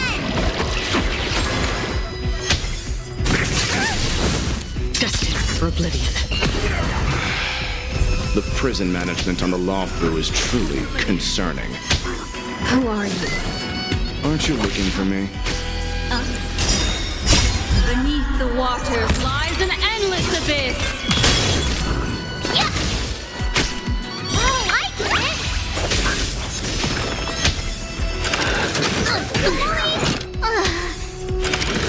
Mind your manners.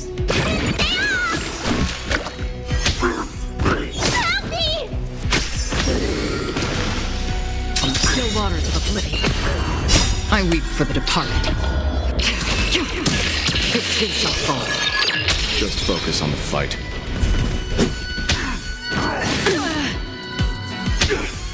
Again? How familiar. Ill fate descends.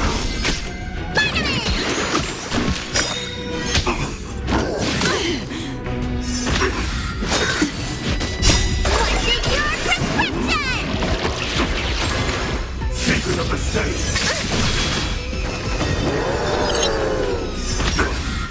Help me!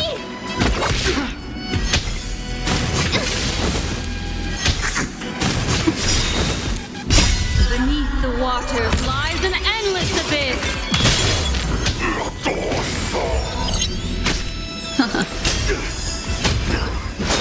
You bully!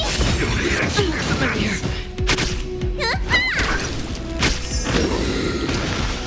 Destined for oblivion.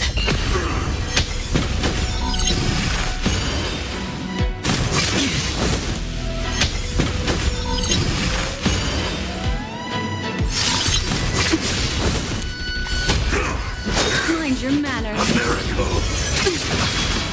Time's passage. Still waters of oblivion. I weep for the departed. It too shall fall. Immortality means forever.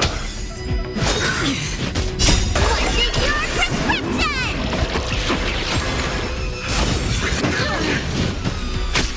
Destined for oblivion.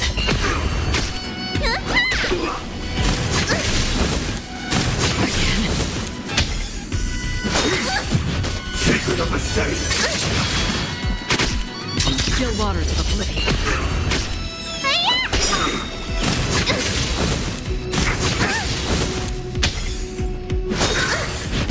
What's in your prescription? Familiar. oblivion. A miracle.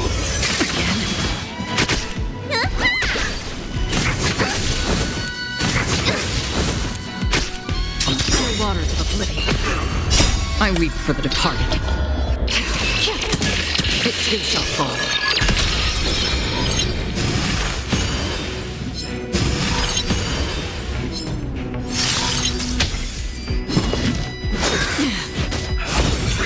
Will eventually rest upon thee. You bully! You bully!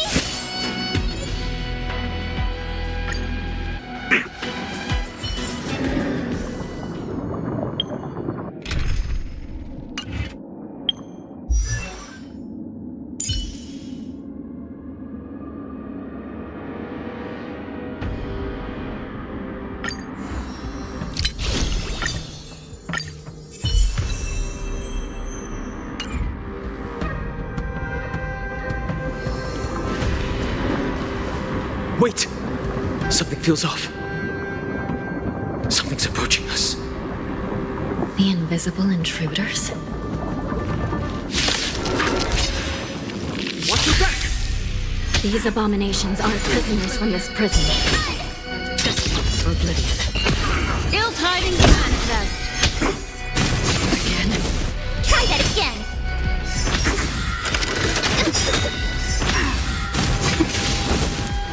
What's in your prescription?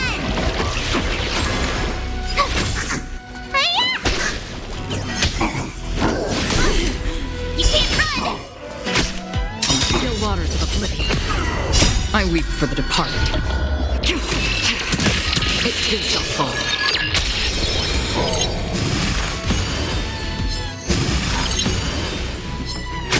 Ill fate descends. Beneath the waters lies an endless abyss. Watch this awesome move!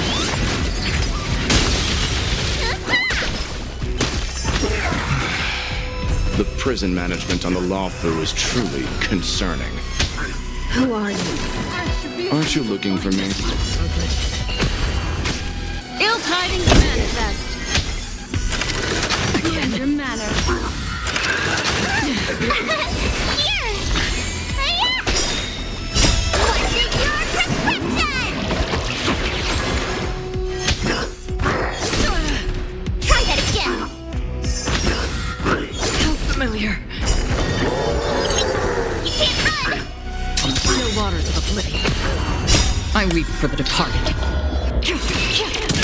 It too shall fall. Just focus on the fight. Try that again! Merciful Medicus. How familiar.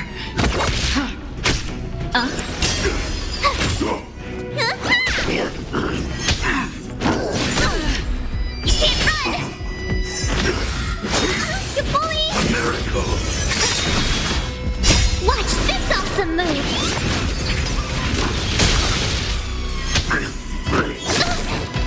Destined for oblivion. Ill fate descends. Beneath the waters lies an endless abyss.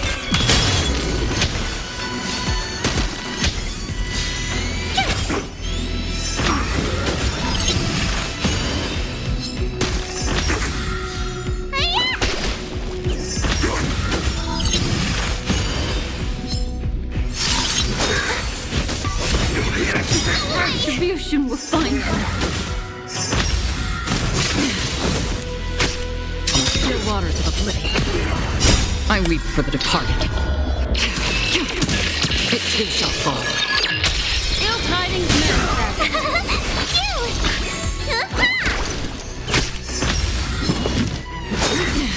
Try that again!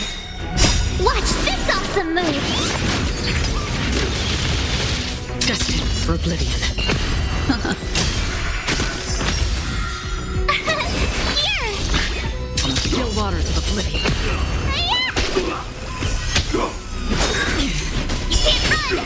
Secret of the safe. Try that again! Beneath the waters lies an endless abyss. I weep for the departed. It too shall fall.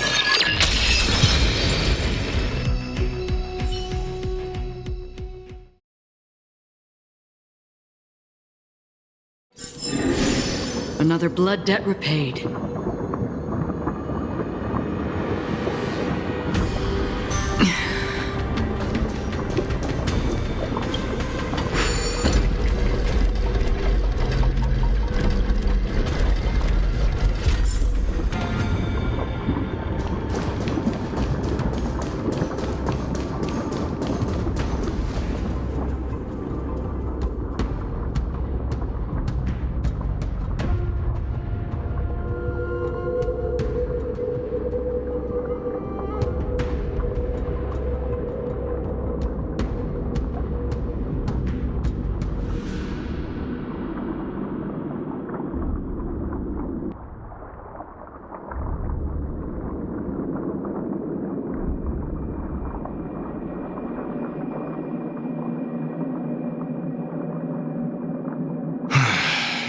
The prison management on the Lawfu is truly concerning. So what if I repeat it? It's the truth after all. The prison management on the Lawfu is truly concerning. At least 2 different groups of intruders infiltrated here. The Wolf Cubs and these Mara-struck soldiers.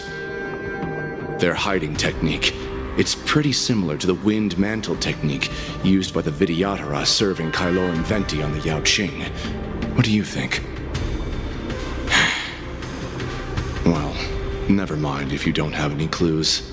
Now is not the time to exchange assassination techniques. I'm Waza. My friend fell into the clutches of that wolf. I was planning to escape and report back as quickly as possible, but now it seems prison on the Lawfu is a real maze, I must admit. Thank you for your help, Mr. Moza. We'll do our best to ensure your friend's safety. No, you can do nothing for him now, and you shouldn't be focusing on his safety at the moment. Your friend is in Hulei's clutches and you're just going to leave him behind? Look, I'm the Yaoqing General's guard, not his. I've seen how that giant wolf fights, and there's no way.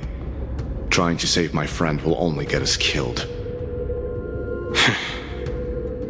I don't know how you think, but I won't throw my life away for a lost cause. Listen up. I've been tracking these fugitives, and I know their next move. They're planning to seal off the entire prison to keep the outside world in the dark. The worst-case scenario, we are all killed by that giant wolf, and the shackling prison is sealed off. No one will know about us or about their escape until it's too late. And the best-case scenario...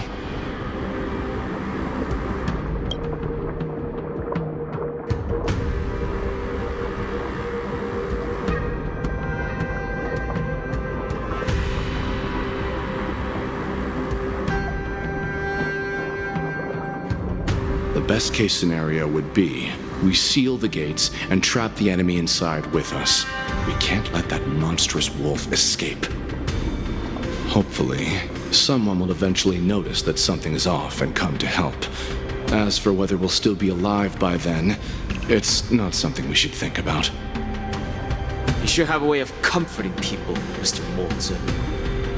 As a person of the Yaoqing, I've always searched for something meaningful to give my life to. I have to make it out alive. My companions are waiting for me.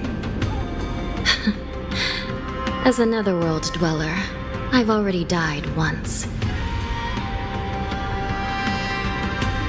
Yeah. We won't give up. Not until the very last moment. None of you are part of the Ten Lords Commission, so sacrificing yourselves isn't the right move. As a judge, it's my responsibility to guard this prison, and if someone should step up to stop Hulei from escaping, it should be me, not you. Once we reach the gate, I hope you'll help me seal it. After that, I'll do everything I can to fight the Borisin, and you find a safe place to hide and wait for reinforcements. Now, Let's proceed upward.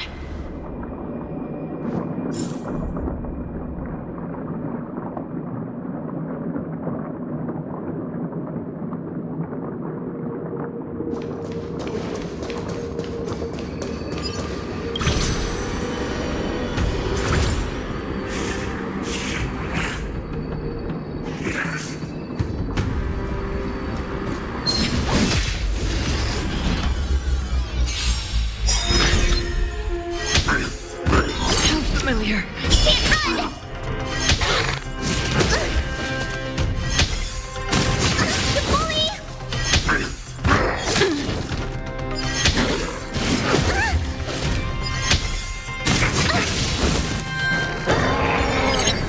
Destined for oblivion. Ill tidings manifest. I weep for the departed. It too shall fall.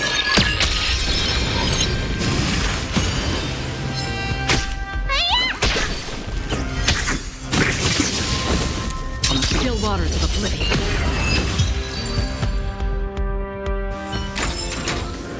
Another blood debt repaid.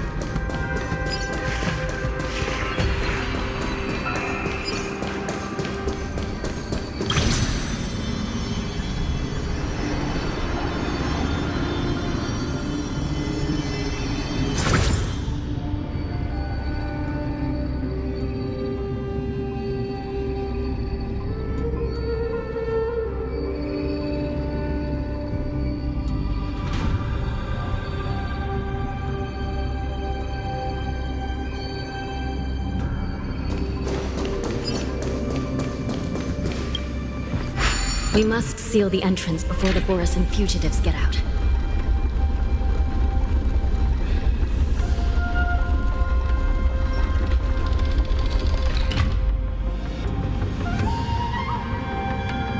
The prison wardens and mechanisms won't be able to hold them for long.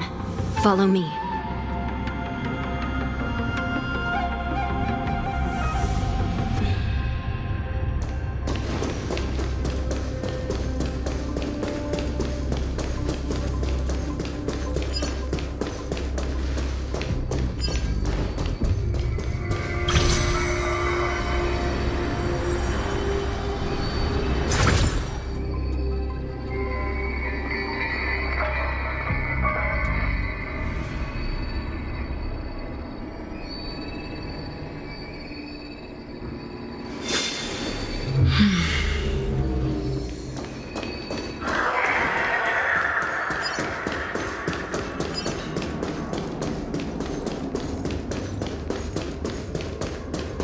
We're almost there. The gate is just ahead. Stream forth, the gleam of old blades.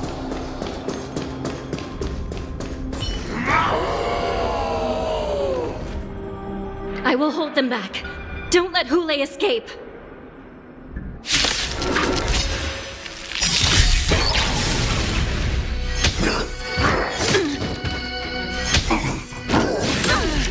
Try that again. Watch this awesome move. Again? You can't run. Detecting The bully. What's in your prescription? Destined for oblivion. Ill tidings manifest. Beneath the waters lies an endless abyss. I weep for the departed. It too shall fall.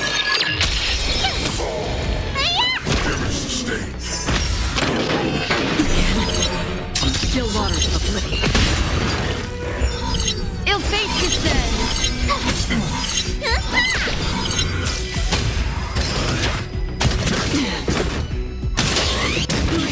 Destined for oblivion. Ill tidings manifest. Here.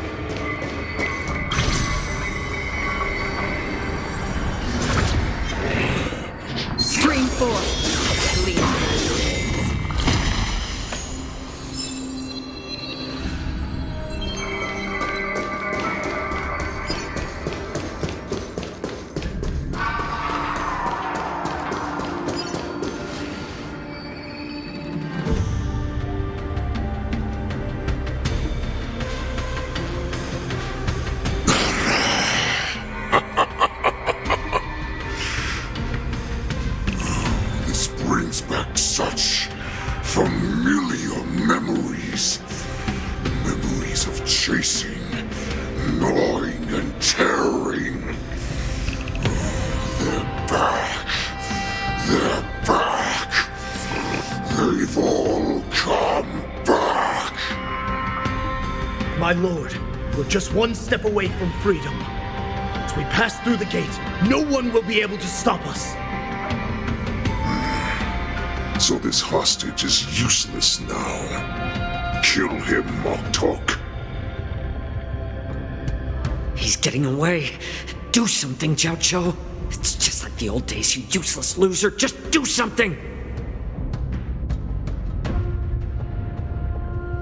Maybe this Yao Qing messenger can strike a deal in exchange for his life. He can use his status to help us escape from the Xianzhou. What do you think, Mr. Jiao Zhou?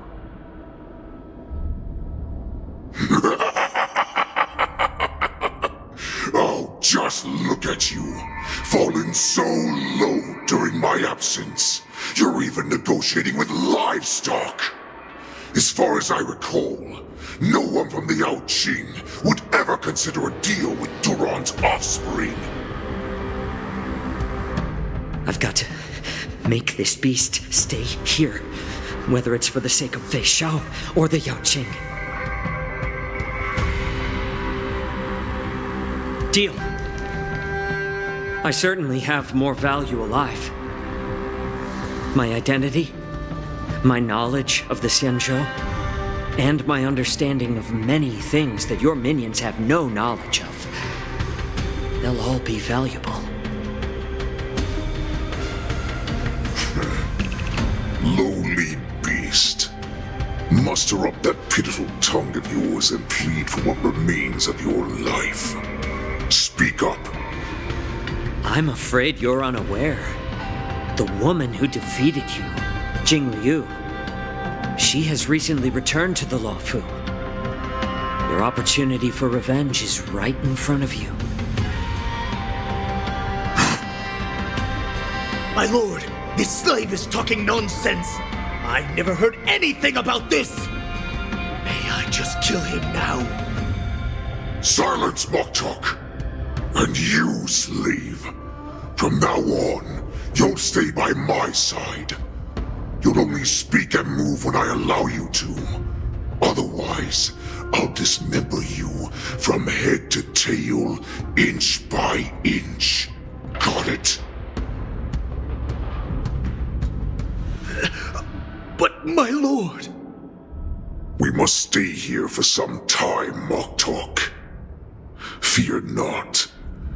Because once I step out of the prison, it's the people of the Xianzhou who should tremble in fear. I'll show them what true calamity means. Now, Duran's whelps, follow me!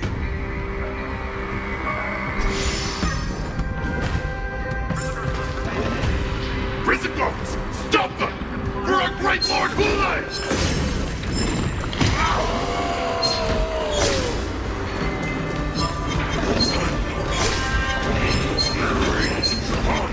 Prisoners must remain in place and obey the guard. Those who fail to comply will face severe punishment, serving as an example to others.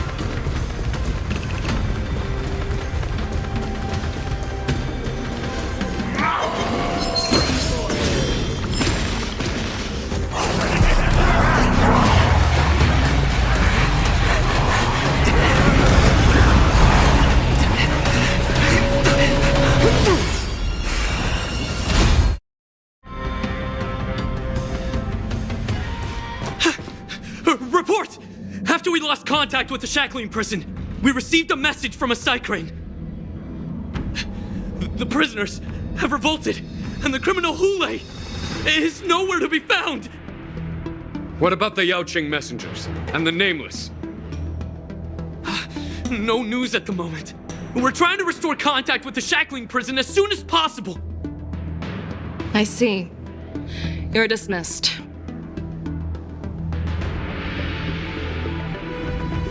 General Jing Yuan, General Hua Yan.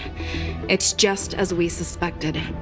The rise of the Ambrosial Arbor was not the end of things, but the beginning. The hand of the Ruined Legion has already sown the seeds of destruction. From this moment on, the Xianzhou Alliance will face an even greater challenge, from both the abominations of abundance and the destruction itself. If this is what they want, I'm always up for a challenge.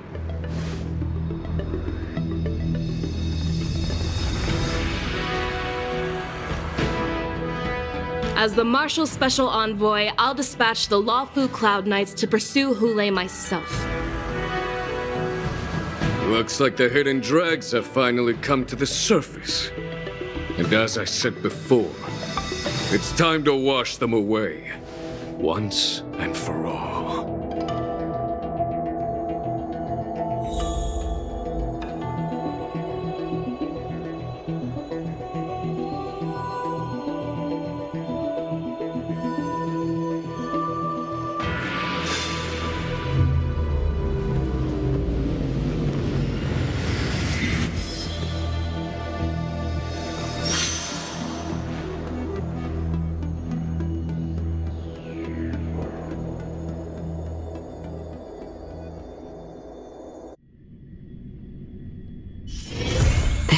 Haven of memories. Every touch, every moment is like a thorned rose.